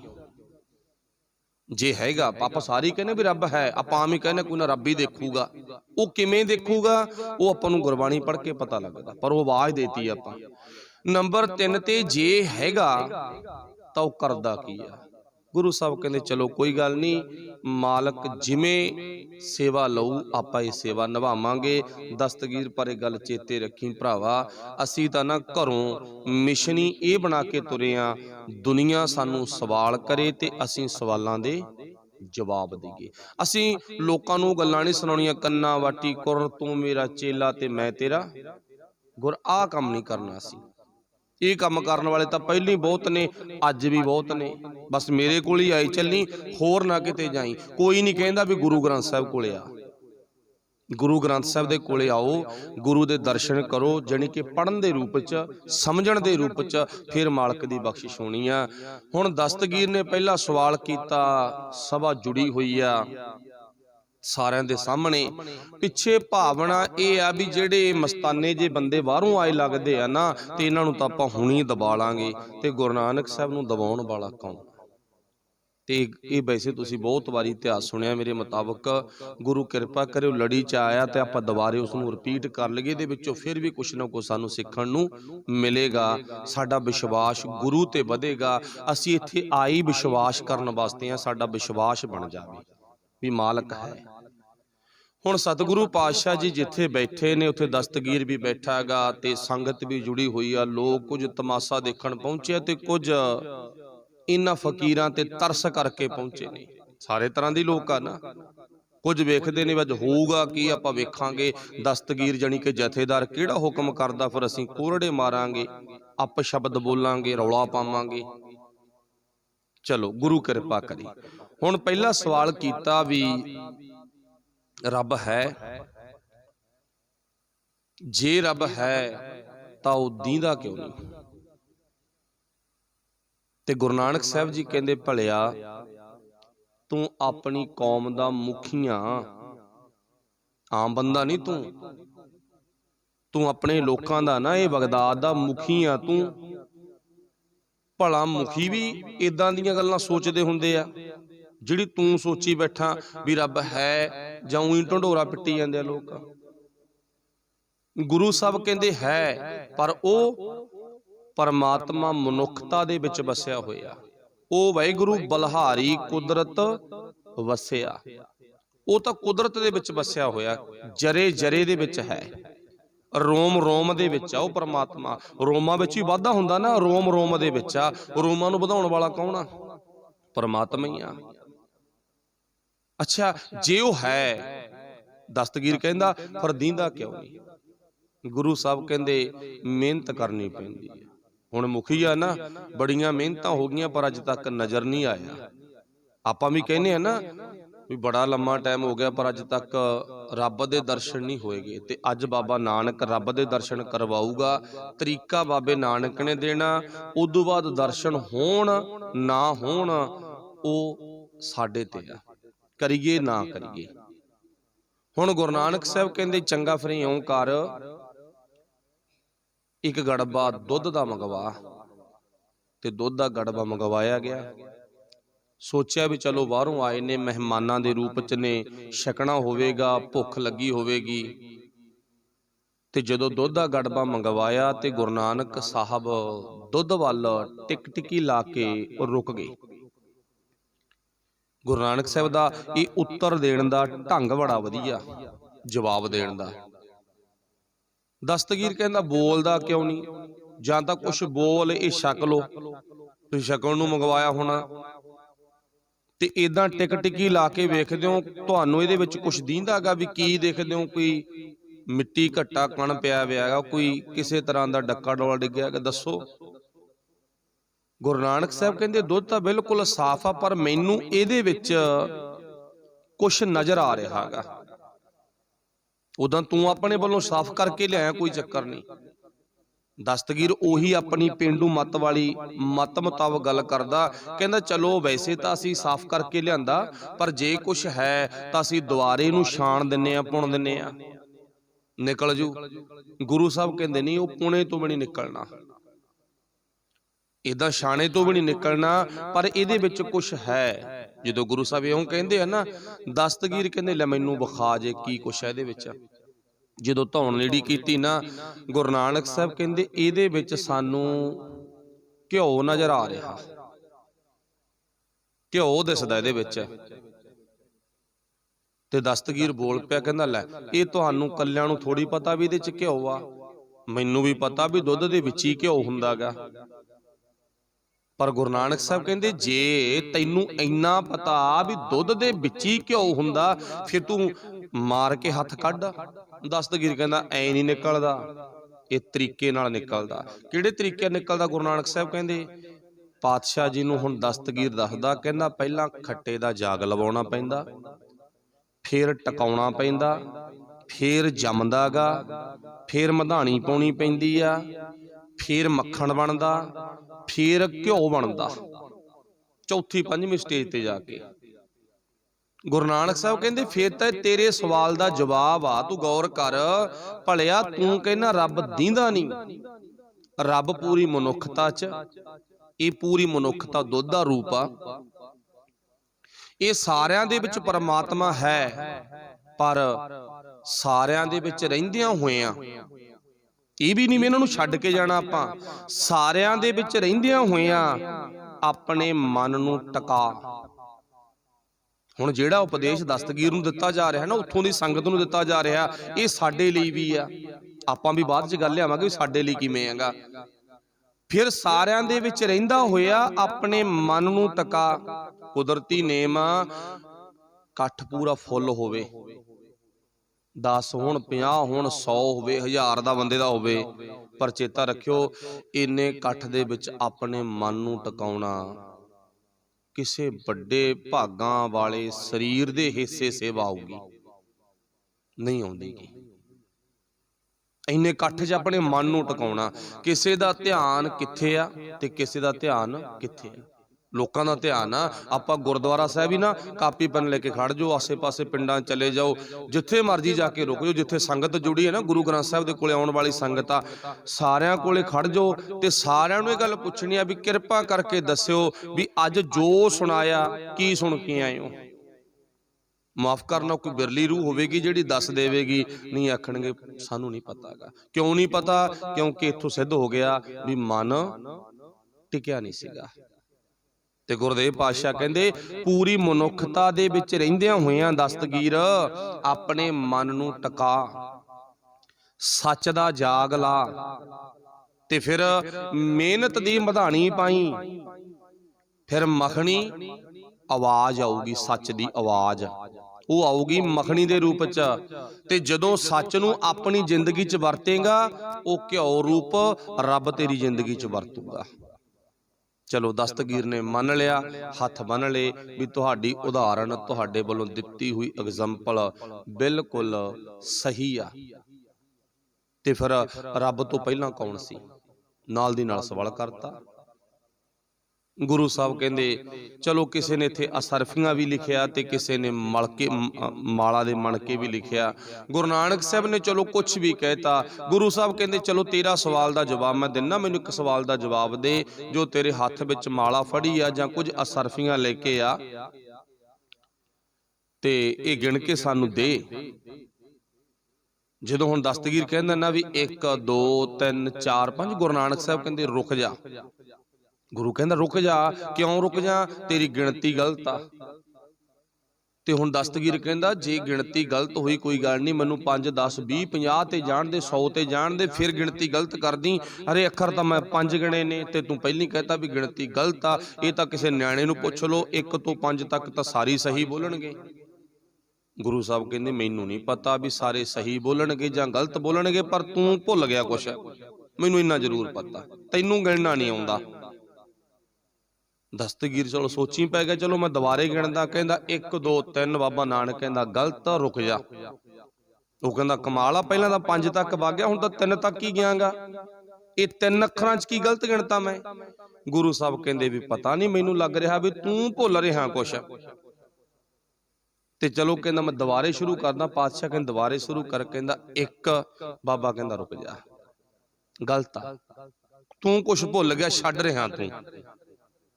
ਹੱਥ ਬੰਨ ਲਏ। ਜੇ ਮੈਂ 1 ਤੀ ਗਲਤ ਆ ਤਾਂ ਫਿਰ ਤੁਸੀਂ ਦੱਸੋ ਗਿਣਤੀ ਕਰਕੇ ਸਹੀ ਕਿਵੇਂ ਹੋਵਾਂਗਾ? ਗੁਰੂ ਸਾਹਿਬ ਕਹਿੰਦੇ ਤੂੰ 1 ਤੋਂ ਪਹਿਲਾਂ ਗਿਣਤੀ ਸ਼ੁਰੂ ਕਰ। 1 ਤੋਂ ਤਾਂ ਸਾਰੀ ਗਿਣਤੀ ਸ਼ੁਰੂ ਕਰਦੇ ਆ, 1 ਤੋਂ ਪਹਿਲਾਂ ਗਿਣਤੀ ਸ਼ੁਰੂ ਕਰ। ਤੇ ਹੱਥ ਬੰਨ ਕੇ ਕਹਿੰਦਾ 1 ਤੋਂ ਪਹਿਲਾਂ ਤਾਂ 0 ਤੋਂ ਗਿਣਤੀ ਸ਼ੁਰੂ ਹੁੰਦੀ ਆ। ਆਮ ਹੀ ਆ ਨਾ, ਬਹੁਤੇ ਹਿਸਾਬ ਕਿਤਾਬ ਲਿਖਣ ਵਾਲੇ ਇੱਕ ਆਨਸਰ ਦੇ ਅੱਗੇ ਵੀ 0 ਪਾਉਂਦੇ ਨੇ, 1 ਦੇ ਅੱਗੇ 0। ਪਰ ਚੇਤਾ ਰੱਖਿਓ ਉਹ 0 ਗਿਣਤੀ 'ਚ ਨਹੀਂ ਆਉਂਦੀ, 1 ਤੋਂ ਅਗਲੀ 0 ਪਹਿਲੀ ਉਹ ਗਿਣਤੀ 'ਚ ਨਹੀਂ ਆਉਂਦੀ। ਪਰ ਸਾਰੇ ਆਨਸਰ ਉਸੇ 0 ਦੇ ਵਿੱਚੋਂ ਨਿਕਲੇ ਨੇ, ਸਾਰੇ ਅੱਖਰਾਂ ਦੀ ਮਾਂ ਉਹ 0 ਆ। ਪਹਿਲਾਂ 1 ਤੋਂ ਸ਼ੁਰੂ 0 ਤੋਂ ਹੁੰਦੀ ਹੈ ਗਿਣਤੀ, ਪਰ ਉਹ ਗਿਣਤੀ 'ਚ ਆਉਂਦੀ ਨਹੀਂ। ਗਿਣਤੀ 'ਚ 0 ਉਹ ਆਉਂਦੀ ਹੈ ਜਿਹੜੀ 1 ਤੋਂ ਪਿੱਛੇ ਲੱਗੇ। ਫਿਰ ਉਦੋਂ ਗਾਹਾਂ ਜਿੰਨੀਆਂ ਮਰਜ਼ੀ ਐਡ ਕਰੀ ਚਲੋ, ਉਨੀ ਲੱਖਾਂ ਕਰੋੜਾਂ ਅਰਬਾਂ ਖਰਬਾਂ ਗੰਜਾਂ ਨੀਲਾਂ 'ਚ ਕੰਮ ਵਗ ਜਾਂਦਾ। 100 ਤੋਂ ਅੱਗੇ ਫਿਰ 0, ਫਿਰ 1000 ਤੋਂ 0, ਲੱਖ ਤੋਂ 0। 0 ਦੇ ਵਿੱਚੋਂ ਕਿੰਨਾ ਕੁਛ ਖਿਲਰ ਗਿਆ ਇਸੇ 0 ਦੇ ਵਿੱਚੋਂ। ਜਾਣੀ ਕਿ ਸਰਕਲ ਕਹਿ ਲਓ, ਰੱਬ ਇੱਕ ਸਰਕਲ ਰੂਪ ਆ, ਇੱਕ 0 ਰੂਪ ਆਗਾ। ਤੇ ਉਸੇ 0 ਰੂਪ ਦੇ ਰੱਬ ਵਿੱਚੋਂ ਨਾ ਬੜੀ ਗਿਣਤੀ ਨਿਕਲ ਆਈ, ਬੜੀ ਗਿਣਤੀ ਨਿਕਲ ਆਈ। ਕਰੋੜਾਂ ਦੀ ਗਿਣਤੀ ਵਿੱਚ ਪਸ਼ੂ ਪੰਛੀ ਜੀਵ ਜੰਤੂ ਨੇ ਜਿਨ੍ਹਾਂ ਦਾ ਅੰਤ ਨਹੀਂ ਪਾਇਆ ਜਾ ਸਕਦਾ, ਅੰਤ ਨਹੀਂ ਪਾਇਆ ਜਾ ਸਕਦਾ। ਚਲੋ ਆਪਾਂ ਪਿੱਛੇ ਮੁੜ ਗਏ। ਪਾਤਸ਼ਾਹ ਕਹਿੰਦੇ ਫਿਰ ਜਿਹੜਾ ਅੱਖਰ ਤੂੰ ਛੱਡ ਗਿਆ ਉਹਨੂੰ ਗਿਣ। ਕਹਿੰਦਾ 1 ਤੋਂ ਪਹਿਲਾਂ ਹੈ ਤਾਂ 0, ਪਰ ਉਹ ਗਿਣਤੀ 'ਚ ਨਹੀਂ ਆਉਂਦੀ। 1 ਤੋਂ ਪਹਿਲਾਂ ਇੱਕੋ ਹੀ ਆ, ਸ਼ੁਰੂ 1 ਤੋਂ ਹੀ ਕੀਤਾ ਜਾਊਗਾ। ਜਾਨੀ ਕਿ ਦਸਤਗੀਰ ਨੇ ਜਵਾਬ ਦੇਤਾ, ਕਹਿੰਦਾ 1 ਤੋਂ ਪਹਿਲਾਂ ਇੱਕੋ ਹੀ ਆ। 1 ਤੋਂ ਪਹਿਲਾਂ 0 ਨਹੀਂ, 0 ਬਾਅਦ 'ਚ ਗਿਣੀ ਜਾਊਗੀ, ਪਰ ਪਹਿਲਾਂ ਨਹੀਂ। ਬਸ 1 ਤੋਂ ਪਹਿਲਾਂ 1 ਆ। ਜਦੋਂ ਇਹ ਕਿਹਾ ਨਾ ਗੁਰੂ ਨਾਨਕ ਸਾਹਿਬ ਕਹਿੰਦੇ ਬਸ 1 ਤੋਂ ਪਹਿਲਾਂ ਇੱਕੋ ਹੀ ਆ, ਜਾਣੀ ਕਿ ਰੱਬ ਤੋਂ ਪਹਿਲਾਂ ਰੱਬ ਹੀ ਆ, ਹੋਰ ਕੋਈ ਨਹੀਂ ਹੈ, ਹੋਰ ਕੋਈ ਨਹੀਂ ਹੈ। ਉਸੇ ਰੱਬ ਦੇ ਵਿੱਚੋਂ ਸਾਰਾ ਖਲਾਰਾ ਪਿਆ, ਤੇਰਾ ਮੇਰਾ। ਗੁਰੂ ਨਾਨਕ ਸਾਹਿਬ ਕਹਿੰਦੇ ਤੇਰਾ ਮੇਰਾ, ਤੁਹਾਡਾ ਸਾਡਾ, ਸਾਰਾ ਉਸ 0 ਦੇ ਵਿੱਚੋਂ, ਜਾਣੀ ਕਿ ਰੱਬ ਦੇ ਵਿੱਚੋਂ ਹੀ ਸਾਰਾ ਖਲਾਰਾ ਬਣਿਆ ਪਿਆ ਹੈਗਾ। ਪਰ ਹੈ ਇੱਕ, ਉਹ ਤੋਂ ਪਹਿਲਾਂ ਹੈ ਕੁਛ ਨਹੀਂ। ਅਰਬਦ ਨਰਬਦ ਧੁੰਦੂਕਾਰਾ ਧਰਨ ਹੁਕਮ ਗਗਨ ਅਪਾਰਾ। ਨਾ ਦਿਨ ਨਾ ਰੈਣ ਨਾ ਚੰਦ ਨਾ ਸੂਰਜ ਸੁਨ ਸਮਾਧ ਲਗਾਏਂਦਾ। ਨਾ ਪਾਤਸ਼ਾਹ ਕਹਿੰਦੇ ਦਿਨ ਸੀ, ਨਾ ਰਾਤ ਸੀ, ਨਾ ਚੰਦ ਸੀ, ਨਾ ਸੂਰਜ ਸੀ। ਤਾਂ ਉਦੋਂ ਵੀ ਉਹ ਇੱਕੋ ਹੀ ਸੀ ਜਿਹੜਾ ਅੱਜ ਆ। ਜਿਹੜਾ ਗੁਰੂ ਨਾਨਕ ਸਾਹਿਬ ਵੇਲੇ ਇੱਕ ਸੀ ਉਹੀ ਅੱਜ ਆ। ਅੱਜ ਤੋਂ 1000 ਸਾਲ ਅੱਗੇ ਸਮਾਂ ਗੁਜ਼ਰ ਗਿਆ, ਆਪਾਂ ਖਤਮ ਹੋ ਜਾਾਂਗੇ, ਫੇਰ ਵੀ ਇੱਕੋ ਹੀ ਰਹੂਗਾ। ਤਾਈਓ ਬਾਬੇ ਨੇ ਇੱਕ ਦੇ ਉਪਦੇਸ਼ ਕੀਤਾ। ਤੇ ਸੁਲਤਾਨਪੁਰ ਦੀ ਧਰਤੀ ਤੇ ਕੀ ਕਿਹਾ ਸੀਗਾ? ਮੈਨੂੰ ਇੱਕ ਅੱਖਰ ਬੜਾ ਚੰਗਾ ਲੱਗਦਾ। ਭਾਈ ਭਗੀਰਥ ਨੂੰ ਕਿਹਾ ਸੀ ਨਾ, ਇੱਕ ਚੰਗਾ ਲੱਗਦਾ। 1 2 3 ਦੀ ਗਿਣਤੀ ਨਹੀਂ ਬਾਬੇ ਨੇ ਕੀਤੀ ਸੀ, ਮੈਨੂੰ ਇੱਕੋ ਹੀ ਚੰਗਾ ਲੱਗਦਾ, ਇੱਕ। ਫਿਰ 7 ਤੇ ਪਾਤਸ਼ਾਹ ਰੁਕਦੇ ਨੇ, ਮੈਨੂੰ 7 ਹੀ ਚੰਗਾ ਲੱਗਦਾ, ਕਿਉਂਕਿ ਉਹ ਇੱਕ ਹੈ, ਉਹ ਹੈ ਸੱਚ। ਤੇ ਜਿਹੜਾ ਇੱਕ ਆ ਨਾ, ਜਿਹੜਾ ਹੈ 7 ਦੇ ਰੂਪ ਚ, ਤੇ ਉਹਦੇ ਬਣ ਜਗੇ ਆਪਾਂ ਮੈਂ ਮੇਰਾ ਕਹਿਣੋਂ ਛੱਡ ਦਈਏ ਤੇ ਕੀ ਕਹਿਣਾ ਸ਼ੁਰੂ ਕਰ ਦਈਏ?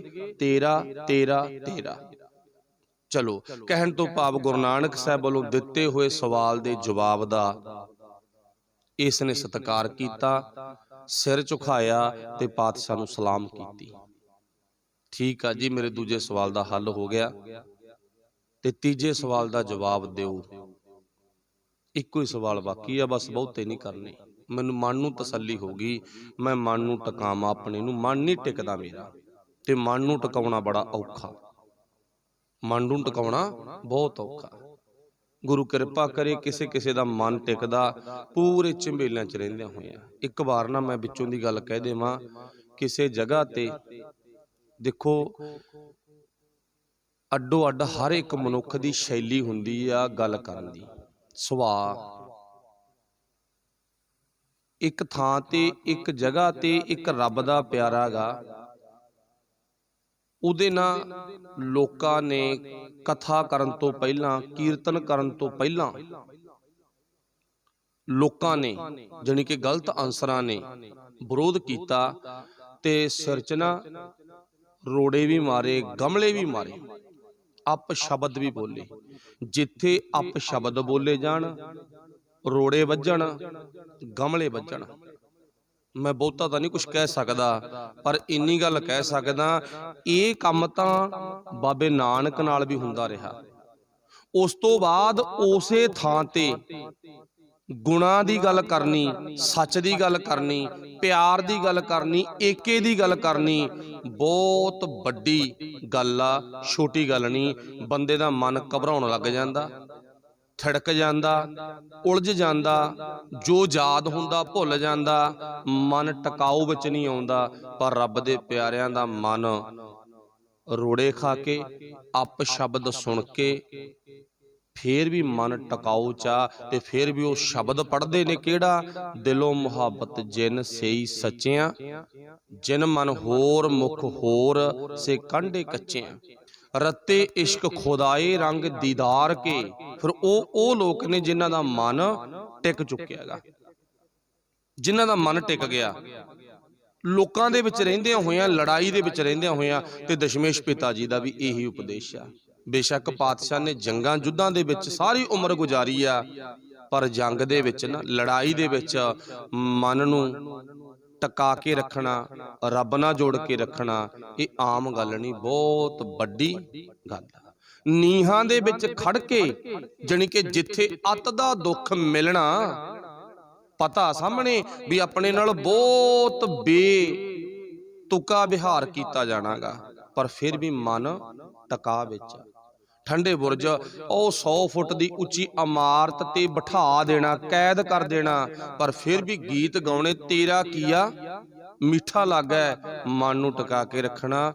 ਇਹ ਬਿਰਲਿਆਂ ਦੇ ਹਿੱਸੇ ਸੇਵਾ ਹੁੰਦੀ ਆ। ਪਰ ਪਿਆਰ ਵਾਲਿਓ, ਸਾਨੂੰ ਨਾ ਨੋਰਮਲ ਬੁਖਾਰ ਚੜ ਜੇ, ਟਾਈਫਾਇਡ ਹੋ ਜੇ, ਤੇ ਪਤਾ ਨਹੀਂ ਸੀ ਕਿੱਥੇ ਕਿੱਥੇ ਜਾਂਦੇ ਆ। ਉਹ ਮਾਲਕ ਜਾਣਦਾ। ਚਲੋ ਦਵਾਈ ਲੈਣੀ ਸਾਡਾ ਫਰਜ਼ ਆ, ਦੁਆ ਕਰਨੀ ਰੱਬ ਅੱਗੇ ਫਰਜ਼ ਆ, ਦਵਾਈ ਦੁਆ ਫਰਜ਼ ਆ, ਪਰ ਪਤਾ ਨਹੀਂ ਕਿਹੜੇ ਧਾਗੇ ਤਵੀਤਾਂ ਹੋਰ ਗਲਤ ਕੰਮਾਂ ਦੇ ਚੱਕਰਾਂ ਵਿੱਚ ਅਸੀਂ ਪੈ ਜਾਂਦੇ ਹਾਂ। ਬਚ ਗਏ ਆਪਣੇ ਮਨ ਨੂੰ ਪਰਿਵਾਰ ਵਿੱਚ ਰਹਿੰਦਿਆਂ ਹੋਇਆਂ, ਸੰਸਾਰ ਵਿੱਚ ਰਹਿੰਦਿਆਂ ਹੋਇਆਂ ਟਿਕਾਈਏ। ਇਹ ਉਪਦੇਸ਼ ਬਾਬੇ ਨਾਨਕ ਨੇ ਬਗਦਾਦ ਦੀ ਧਰਤੀ ਦਿੱਤਾ, ਉਹਨਾਂ ਲੋਕਾਂ ਨੂੰ ਤੋਹਫਾ ਦਿੱਤਾ। ਸਤਿਗੁਰੂ ਪਾਤਸ਼ਾਹ ਜੀ ਨੂੰ ਤੀਜਾ ਸਵਾਲ ਹੁਣ ਕੀਤਾ ਗਾ, ਉਹ ਰੱਬ ਜਿਹਦੇ ਬਾਰੇ ਆਪਾਂ ਗੱਲ ਕਰ ਰਹੇ ਹਾਂ, ਮੈਨੂੰ ਪਤਾ ਲੱਗ ਗਿਆ ਵੀ ਹੈਗਾ ਮਨੁੱਖਤਾ 'ਚ, ਇੱਕ ਤੋਂ ਪਹਿਲਾਂ ਇੱਕੋ ਹੀ ਹੈ, ਇਹ ਵੀ ਯਕੀਨ ਹੋ ਗਿਆ। ਇਹ ਵੀ ਯਕੀਨ ਹੋ ਗਿਆ ਪਰਮਾਤਮਾ ਹੈਗਾ, ਮੈਂ ਯਤਨ ਕਰੂੰ ਉਹਨੂੰ ਦੇਖਣ ਦਾ। ਇਹ ਤੇਰਾ ਮੇਰਾ ਦਾਵਾ। ਬਸ ਹੁਣ ਅਗਲਾ ਸਵਾਲ ਮੇਰਾ ਇੱਕ ਨੋਰਮਲ ਜਿਹਾ ਛੋਟਾ ਜਿਹਾ ਇੰਨਾ ਕੁ ਦੱਸ ਦੇ, ਹੁਣ ਜਾਂਦੀ ਵਾਰੀ ਉਹ ਕਰਦਾ ਕੀ ਆ, ਇੰਨਾ ਹੀ ਦੱਸ ਦੇ ਬਸ, ਮੈਂ ਹੋਰ ਨਹੀਂ ਕੁਛ ਵੀ ਪੁੱਛਣਾ। ਦਿਮਾਗ ਵਿੱਚ ਸਵਾਲ ਬੜੇ ਸੀ ਪਰ ਸਾਰੇ ਬੰਦ ਹੋ ਗਏ। ਮੈਂ ਇੱਕੋ ਹੀ ਗੱਲ ਕਰਨੀ ਆ, ਇਹਦੇ ਗੱਲ ਬਾਰੇ ਮੈਨੂੰ ਦੱਸ ਦੇ। ਗੁਰੂ ਨਾਨਕ ਪਾਤਸ਼ਾਹ ਜੀ ਹੱਸ ਪਏ, ਮੁਸਕਰਾ ਪਏ। ਪਾਤਸ਼ਾਹ ਜੀ ਨੂੰ ਜਦੋਂ ਕਿਹਾ ਨਾ ਵੀ ਉਹ ਕਰਦਾ ਕੀ ਆ, ਜਦੋਂ ਗੁਰੂ ਨਾਨਕ ਪਾਤਸ਼ਾਹ ਜੀ ਮੁਸਕਰਾ ਪਏ ਤੇ ਪਾਤਸ਼ਾਹ ਜੀ ਕਹਿੰਦੇ, ਦੇਖ ਭਲਿਆ, ਤੈਨੂੰ ਇੰਨਾ ਕੁ ਤਾਂ ਪਤਾ ਨਾ, ਆਏ ਗਏ ਮਹਿਮਾਨ ਦਾ ਆਪਾਂ ਸਤਿਕਾਰ ਕਰਦੇ ਹੁੰਨੇ ਆ। ਦਸਤਗੀਰ ਕਹਿੰਦਾ, ਹਾਂ ਪਤਾ, ਮੈਂ ਗ੍ਰਸਤੀ ਪਰਿਵਾਰ 'ਚ, ਮੈਨੂੰ ਸਾਰਾ ਹੀ ਪਤਾ। ਅੱਛਾ, ਫਿਰ ਪਾਤਸ਼ਾਹ ਜੀ ਕਹਿੰਦੇ, ਜਿਹੜਾ ਸਾਨੂੰ ਕੋਈ ਮੱਤ ਦੇਵੇ, ਦੇਖੋ ਕਿੱਡੀ ਵੱਡੀ ਗੱਲ ਕਹੀ ਹੈ ਇੱਥੇ ਪਾਤਸ਼ਾਹ ਨੇ, ਜਿਹੜਾ ਸਾਨੂੰ ਕੋਈ ਚੰਗੀ ਗੱਲ ਸਿਖਾਵੇ, ਸਿਆਣਪ ਦੀ ਗੱਲ ਕਰੇ, ਤੇ ਉਹਦਾ ਸਤਿਕਾਰ ਨਾ ਦੁਨੀਆ ਦਾ ਰਿਵਾਜ ਆ, ਦੁਨੀਆ ਦਾ ਰਿਵਾਜ ਆ। ਜਿਹੜਾ ਕੋਈ ਚੰਗਿਆਈ ਦੀ ਗੱਲ ਕਰਦਾ, ਲੋਕ ਉਹਨੂੰ ਨਾ ਨੀਵੇਂ ਥਾਂ ਨਹੀਂ ਬਹਾਉਂਦੇ, ਨੀਵੇਂ ਥਾਂ ਨਹੀਂ ਬਹਾਉਂਦੇ, ਉਹਨੂੰ ਉੱਚੇ ਥਾਂ ਬਹਾਉਂਦੇ ਨੇ।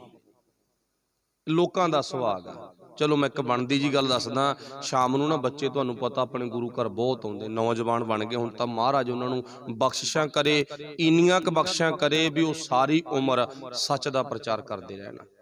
ਉਹਨਾਂ ਚੋਂ ਬੜੇ ਬੱਚੇ ਨੇ, ਚਲੋ ਪਿਆਰ ਵਾਲੇ ਨੇ, ਜਿਹੜੇ ਨਾ ਜਦੋਂ ਕੋਈ ਵਿਅਕਤੀ ਬੈਠਾ ਹੁੰਦਾ ਗਾ ਤਾਂ ਉਹਦੇ ਬਰੋਬਰ ਨਹੀਂ ਬਹਿੰਦੇ, ਥੱਲੇ ਬਹਿ ਜਾਣਗੇ, ਨਾਲੇ ਜੱਜਮੈਂਟ ਨਹੀਂ ਹੋਣ ਦਿੰਦੇ।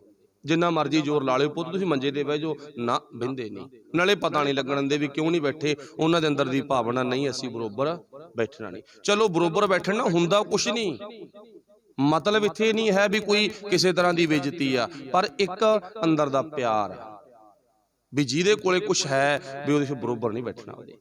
ਚਲੋ ਮਾਲਕ ਭਲੀ ਕਰੇ। ਫਿਰ ਦੂਜਾ ਇੱਕ ਪੱਖ ਹੋਰ ਆ, ਸਿਆਣੇ ਵਿਅਕਤੀ। ਆਪਾਂ ਕਿਸੇ ਪਰਿਵਾਰ ਦੇ ਵਿੱਚ ਘਰੇ ਚਲੇ ਜਾਵੋ, ਅਗਲਾ ਨਾ ਦੌਣਾ ਤੇ ਨਹੀਂ ਬੈਠਣ ਦਾ, ਅਗਲਾ ਕਹਿੰਦਾ ਭਾਈ ਸਰਾਣੇ ਵਾਲੇ ਪਾਸੇ ਬੈਠ, ਤੂੰ ਸਾਡੇ ਘਰੇ ਆਇਆ ਨਾ ਇਧਰਲੇ ਪਾਸੇ ਬੈਠ। ਸਰਾਣੇ ਵਾਲੇ ਪਾਸੇ ਨੂੰ ਚੰਗਾ ਨਾ ਕੋਈ ਇਹ ਇਦਾਂ ਨਹੀਂ ਮੰਨਿਆ ਜਾਂਦਾ ਵੀ ਕੋਈ ਵਹਿਮ ਕਰਕੇ, ਬਸ ਇੱਕ ਸਤਿਕਾਰ ਆ ਵੀ ਪੈਣਾ ਵਾਲੇ ਪਾਸੇ ਨਹੀਂ, ਸਤਿਕਾਰ ਸਰਾਣੇ ਵਾਲੇ ਪਾਸੇ ਬੈਠ ਕੇ ਕਰੀਦਾ, ਜਾਣੀ ਕਿ ਉੱਚੇ ਥਾਂ ਤੇ ਬਹਾ ਕੇ, ਚੰਗੇ ਮਤਲਬ ਕਿ ਸਥਾਨ ਤੇ ਬਹਾ ਕੇ। ਆਏ ਗਏ ਮਹਿਮਾਨ ਦਾ ਸਤਿਕਾਰ ਸਾਡੇ ਘਰਾਂ ਦਾ ਰਿਵਾਜ ਆ, ਇਹ ਸਾਡੀ ਸੱਭਿਆਚਾਰਤਾ ਕਹਿ ਲਓ। ਵਾਹਿਗੁਰੂ ਬਖਸ਼ਿਸ਼ ਕਰੇ। ਦਸਤਗੀਰ ਕਹਿੰਦਾ ਚਲੋ ਮੈਂ ਇਸ ਗੱਲ ਨੂੰ ਸਮਝਦਾ ਵੀ ਆਏ ਗਏ ਦਾ ਸਤਿਕਾਰ ਕਰੀਦਾ, ਉੱਚੇ ਥਾਂ ਬਹਾਈ ਦਾ, ਉਹਦੇ ਵਾਸਤੇ ਸਪੈਸ਼ਲ ਜਗ੍ਹਾ ਬਣਾਈ ਦੀ ਆ। ਜਿਹੜਾ ਕੋਈ ਕੁਝ ਸਿਖਾਵੇ ਸੁਣਾਵੇ, ਦਸਤਗੀਰ ਕਹਿੰਦਾ ਉਹਦੇ ਲਈ ਤਾਂ ਸਪੈਸ਼ਲ ਜਗ੍ਹਾ ਹੁੰਦੀ ਆ, ਕਿਉਂਕਿ ਮੈਂ ਮੁਖੀ ਆ ਨਾ, ਮੈਨੂੰ ਪਤਾ ਇਸ ਗੱਲ ਦਾ। ਤੇ ਸਤਿਗੁਰੂ ਪਾਤਸ਼ਾਹ ਜੀ ਫਿਰ ਹੱਸ ਕੇ ਬੋਲ ਪਏ, ਕਹਿੰਦੇ ਹੁਣ ਤੇਰਾ ਮੇਰਾ ਦੇਖ ਲਾ, ਤੇਰਾ ਮੇਰਾ ਪੱਖ ਦੇਖ ਲਾ, ਤੂੰ ਕਿੱਥੇ ਆ ਮੈਂ ਕਿੱਥੇ ਆ। ਇਦਾਂ ਹੀ ਕਿਹਾ ਨਾ, ਤੂੰ ਕਿੱਥੇ ਆ ਮੈਂ ਕਿੱਥੇ ਆ। ਹੁਣ ਗੁਰੂ ਨਾਨਕ ਸਾਹਿਬ ਪਹਿਲਾਂ ਥੱਲੇ ਬੈਠੇ, ਦਸਤਗੀਰ ਮੁਖੀਆ ਸੀ, ਜਥੇਦਾਰ ਸੀ, ਉੱਚੇ ਥਾਂ 'ਚ ਬੈਠਾ ਗਾ। ਦਸਤਗੀਰ ਮੱਥੇ ਤੇ ਹੱਥ ਮਾਰ ਕੇ ਕਹਿੰਦਾ ਜੀ ਗਲਤੀ ਹੋ ਗਈ, ਮੈਂ ਤਾਂ ਉਸੇ ਅਵਸਥਾ 'ਚ ਹੀ ਗੱਲਾਂ ਕਰੀ ਜਾਂਦਾ ਜਿਹੜੀ ਅਵਸਥਾ ਵਿੱਚ ਤੁਹਾਨੂੰ ਅਪਸ਼ਬਦ ਬੋਲੇ ਸੀ। ਤੁਸੀਂ ਆਮ ਹੋ, ਮੈਂ ਖਾਸ ਹਾਂ। ਨਹੀਂ, ਤੁਸੀਂ ਖਾਸ ਹੋ, ਤੁਸੀਂ ਆਓ ਐਂ ਕਰੋ, ਹੁਣ ਆਪਾਂ ਦੁਬਾਰੇ ਕੁਰਸੀ ਕਿੱਥੇ ਢਾਵਾਂਗੇ, ਤੁਸੀਂ ਮੇਰੇ ਵਾਲੀ ਤੇ ਬਹਿ ਜਾਓ, ਮੈਂ ਥੱਲੇ ਬਹਿ ਜਾਣਾ। ਦਸਤਗੀਰ ਨੇ ਬਾਬੇ ਨਾਨਕ ਨੂੰ ਤਾਹਾਂ ਬਹਾਤਾ ਤੇ ਆਪ ਥੱਲੇ ਬਹਿ ਗਿਆ। ਸਵਾਲ ਥਾਂ ਦਾ ਥਾਂ ਖੜਾ। ਗੁਰੂ ਸਾਹਿਬ ਨੂੰ ਕਹਿੰਦਾ ਫਿਰ ਚੰਗਾ ਹੁਣ ਤਾਂ ਦੱਸ ਦਿਓ ਕਰਦਾ ਕੀ ਆ। ਬਸ ਉਹ ਗੱਲ ਦਾ ਤੁਹਾਨੂੰ ਪਤਾ ਹੀ ਆ। ਗੁਰੂ ਨਾਨਕ ਸਾਹਿਬ ਨੇ ਕੀ ਜਵਾਬ ਦਿੱਤਾ ਗਾ।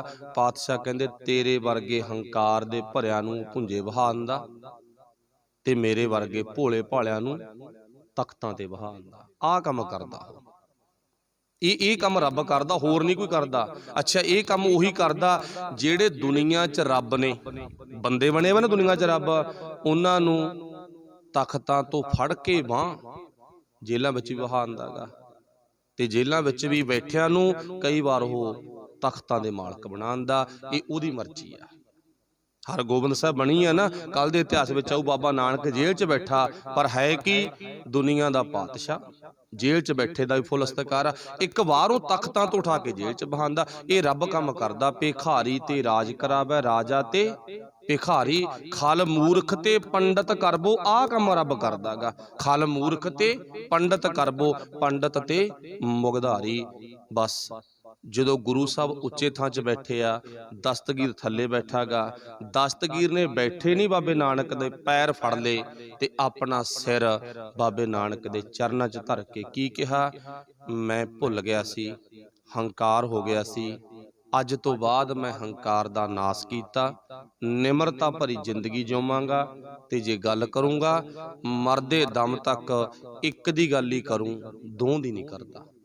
ਜਾਨੀ ਕਿ ਜਿਹੜੀ ਗੱਲ ਤੂੰ ਦੱਸੇਗਾ ਨਾ ਵੀ ਰੱਬ ਇੱਕ ਆ, ਉਸੇ ਦੀ ਗੱਲ ਕਰੂੰ। ਜਦੋਂ ਮੁਖੀਆ ਨਗਰ ਦਾ ਨੀਵਾਂ ਹੋ ਕੇ ਬਾਬੇ ਨਾਨਕ ਦੇ ਚਰਨ ਫੜ ਲੈਣਾ, ਲੋਕਾਂ ਦਾ ਚਰਨ ਫੜਨਾ ਤਾਂ ਸੁਭਾਵਿਕ ਆ। ਜਿੱਧਰ ਤਕੜਾ ਬੰਦਾ ਵਗ ਗਿਆ, ਜਾਨੀ ਕਿ ਜਿਹਦੀ ਬੋਲ ਚਾਲ ਉਹ ਵਗ ਗਿਆ, ਲੋਕ ਤਾਂ ਉਧਰ ਨੂੰ ਜਾਣਗੇ। ਹੁਣ ਅੱਜ ਸਾਡੇ ਮੁਖੀਏ ਕਿੱਥੇ ਫਿਰਦੇ ਨੇ, ਇੰਨੀ ਕੁ ਵੀ ਨਿਗਾਹ ਮਾਰ ਲਓ। ਸਾਡੇ ਮੁਖੀਏ ਕਿੱਥੇ ਫਿਰਦੇ ਨੇ? ਜੇ ਸਾਡੇ ਮੁਖੀਏ ਗਲਤ ਥਾਵਾਂ ਤੇ ਫਿਰਦੇ ਆ ਤੇ ਸਾਡਾ ਜਾਣਾ ਤਾਂ ਭਾਈ ਸੁਭਾਵਿਕ ਆ। ਫਿਰ ਉਦਾਹਰਨ ਜੇ ਬਣ ਜਾਂਦੀ ਹੈ ਵੀ ਜਦੋਂ ਉਹ ਵਗ ਗਿਆ ਤੇ ਆਪਾਂ ਵੀ ਚਲੋ। ਤੇ ਕਾਸ਼ ਕਦੇ ਦੁਨੀਆ ਦੇ ਮੁਖੀ ਲੋਕ ਗੁਰੂ ਕੋਲੇ ਆ ਜਾਣ ਤਾਂ ਸਾਰੇ ਲੋਕ ਹੀ ਗੁਰੂ ਕੋਲੇ ਆਉਣ ਲੱਗ ਜਾਣਗੇ। ਇਸ ਤੋਂ ਬਾਅਦ ਗੁਰੂ ਨਾਨਕ ਸਾਹਿਬ ਜੀ, ਆਪਾਂ ਨੂੰ ਪਤਾ, ਪਾਕਪਟਨ ਦੇ ਵਿੱਚ ਬਾਬਾ ਫਰੀਦ ਸਾਹਿਬ ਦੀ ਗੱਦੀ ਤੇ ਗਏ ਨੇ। ਸੰਖੇਪ ਜਿਹਾ ਪਾਖਾ, ਇਹ ਪਾਕ ਪੱਟਣ ਦੀ ਜਿਹੜੀ ਵਾਰਸ ਆ ਗੱਦੀ ਦੇ, ਇਹ ਆ ਸ਼ੇਖ ਬ੍ਰਹਮ ਜੀ। ਸੋ ਵਾਹਿਗੁਰੂ ਭਲਾ ਕਰੇ। ਇਹ ਬਾਬਾ ਫਰੀਦ ਸਾਹਿਬ ਦੀ 11ਵੀਂ ਕੁਲ ਦੇ ਵਿੱਚੋਂ ਆ। ਤੇ ਬਾਬਾ ਫਰੀਦ ਸਾਹਿਬ ਜੀ ਦਾ ਜਨਮ ਬਹੁਤ ਲੰਮਾ ਟਾਈਮ ਗੁਰੂ ਨਾਨਕ ਸਾਹਿਬ ਨਾਲੋਂ ਪਹਿਲਾਂ ਹੋਇਆ। ਤੇ ਉੱਥੋਂ ਗੁਰੂ ਨਾਨਕ ਸਾਹਿਬ ਨੇ, ਪਾਤਸ਼ਾਹ ਨੇ, ਬਾਬਾ ਸ਼ੇਖ ਫਰੀਦ ਜੀ ਦੇ ਪਾਕ ਪਟਨ ਘਰੇ ਜਾ ਕੇ ਗੁਰਬਾਣੀ ਲੈਤੀ। 116 ਸ਼ਬਦ 116 ਸ਼ਬਦ ਗਿਣਤੀ ਦੇ ਗੁਰੂ ਗ੍ਰੰਥ ਸਾਹਿਬ ਦੇ ਵਿੱਚ ਬਾਬਾ ਫਰੀਦ ਸਾਹਿਬ ਜੀ ਦੇ ਨੇ, ਵਿੱਚੇ ਸ਼ਬਦ ਤੇ ਵਿੱਚੇ ਸ਼ਲੋਕ।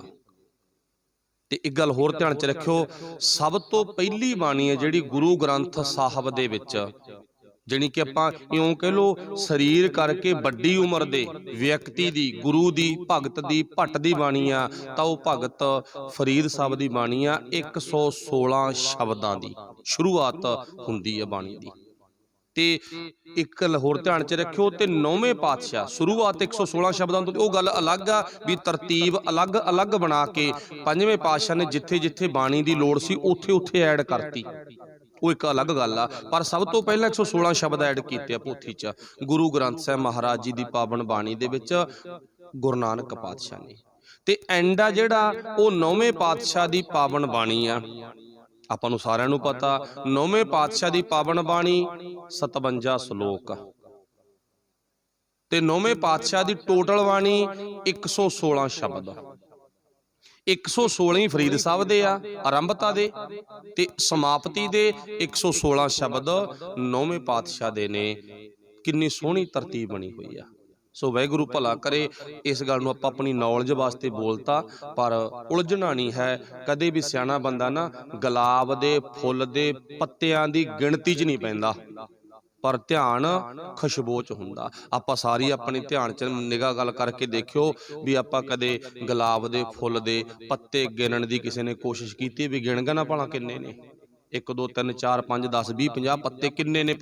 ਪੱਤੇ ਕਿਸੇ ਨੇ ਨਹੀਂ ਗਿਣੇ, ਪਰ ਸਾਰਿਆਂ ਦਾ ਧਿਆਨ ਗੁਲਾਬ ਦੇ ਫੁੱਲ ਦੀ ਖੁਸ਼ਬੂ ਤੇ ਆ। ਬਸ ਇਹ ਗਿਣਤੀ ਦੀ ਨੌਲੇਜ ਆਪਾਂ ਆਪਣੇ ਧਿਆਨ 'ਚ ਰੱਖਣ ਵਾਸਤੇ ਕੀਤੀ ਆ, ਪਰ ਗੁਰੂ ਪਾਤਸ਼ਾਹ ਕਿਰਪਾ ਕਰਨ ਸਾਡਾ ਗੁਰੂ ਗ੍ਰੰਥ ਸਾਹਿਬ ਮਹਾਰਾਜ ਜੀ ਦੀ ਵਿਚਾਰ ਰੂਪੀ, ਗੁਣਾ ਰੂਪੀ ਖੁਸ਼ਬੂ ਤੇ ਧਿਆਨ ਹੋਵੇ। ਤੇ ਫਿਰ ਪਾਤਸ਼ਾਹ ਜੀ ਤੁਲੰਬੇ ਤੋਂ ਵਾਹਿਗੁਰੂ ਪਾਕ ਪੱਟਣ ਤੋਂ ਆਪਾਂ ਉਹ ਪਹਿਲਾਂ ਸਾਰੇ ਸੱਜਣ ਠੱਗ ਵਾਲੀ ਸਾਖੀ ਪੜ੍ਹ ਚੁੱਕੇ ਆ। ਤੇ ਸੱਜਣ ਠੱਗ ਕੋਲੇ ਗੁਰੂ ਸਾਹਿਬ ਜੀ ਪਹੁੰਚਦੇ ਨੇ। ਕਿਵੇਂ ਸੱਜਣ ਠੱਗ ਦੇ ਜੀਵਨ ਨੂੰ ਗੁਰੂ ਸਾਹਿਬ ਨੇ ਇੱਕ ਰਾਤ 'ਚ ਬਦਲਿਆ, ਉਹ ਤੁਸੀਂ ਸਾਰਾ ਜਾਣਦੇ ਹੋ। ਵਾਹਿਗੁਰੂ ਭਲਾ ਕਰੇ। ਤੇ ਫਿਰ ਗੁਰੂ ਨਾਨਕ ਸਾਹਿਬ ਜੀ ਹਸਨ ਅਬਦਾਲ ਪਹੁੰਚਦੇ ਨੇ, ਤੇ ਹਸਨ ਅਬਦਾਲ ਪਹੁੰਚਣ ਸਮੇਂ ਕਿਹਨੂੰ ਮਿਲਦੇ ਨੇ ਆਉਣ ਵਾਲੀ ਕੱਲ ਨੂੰ ਸੁਣਾਂਗੇ। ਫਿਰ ਪਾਤਸ਼ਾਹ ਕਰਤਾਰਪੁਰ ਵਿਖੇ ਪਹੁੰਚਦੇ ਨੇ। ਇਹ ਤੀਜੀ ਫੇਰੀ ਆ, ਤੀਜਾ ਦੌਰਾ, ਤੀਜੀ ਉਦਾਸੀ ਆ। ਕਰਤਾਰਪੁਰ ਸਾਹਿਬ ਤੋਂ ਪਹੁੰਚ ਕੇ ਚੌਥੀ ਉਦਾਸੀ ਕਿਹੜੇ ਪਾਸੇ ਨੂੰ ਜਾਣਗੇ, ਉਹ ਮਾਲਕ ਕੱਲ ਨੂੰ ਕਿਰਪਾ ਕਰੇਗਾ, ਆਉਣ ਵਾਲੇ ਟਾਈਮ 'ਚ ਕਿਰਪਾ ਕਰੇਗਾ। ਸਾਰਿਆਂ ਦਾ ਧੰਨਵਾਦ। ਵਿਚਾਰ ਕਰਦਿਆਂ ਦੀਆਂ ਗਲਤੀਆਂ ਨਾ ਚਿਤਾਰਨੀਆਂ, ਆਪਣੀ ਝੋਲੀ ਦੇ ਵਿੱਚ ਗੁਰੂ ਦੀ ਮੱਤ ਲੈ ਕੇ ਜਾਣੀ। ਗੁਰੂ ਪਾਤਸ਼ਾਹ ਬਖਸ਼ਿਸ਼ ਕਰਨਗੇ। ਵਾਹਿਗੁਰੂ ਜੀ ਕਾ ਖਾਲਸਾ, ਵਾਹਿਗੁਰੂ ਜੀ ਕੀ ਫਤਿਹ।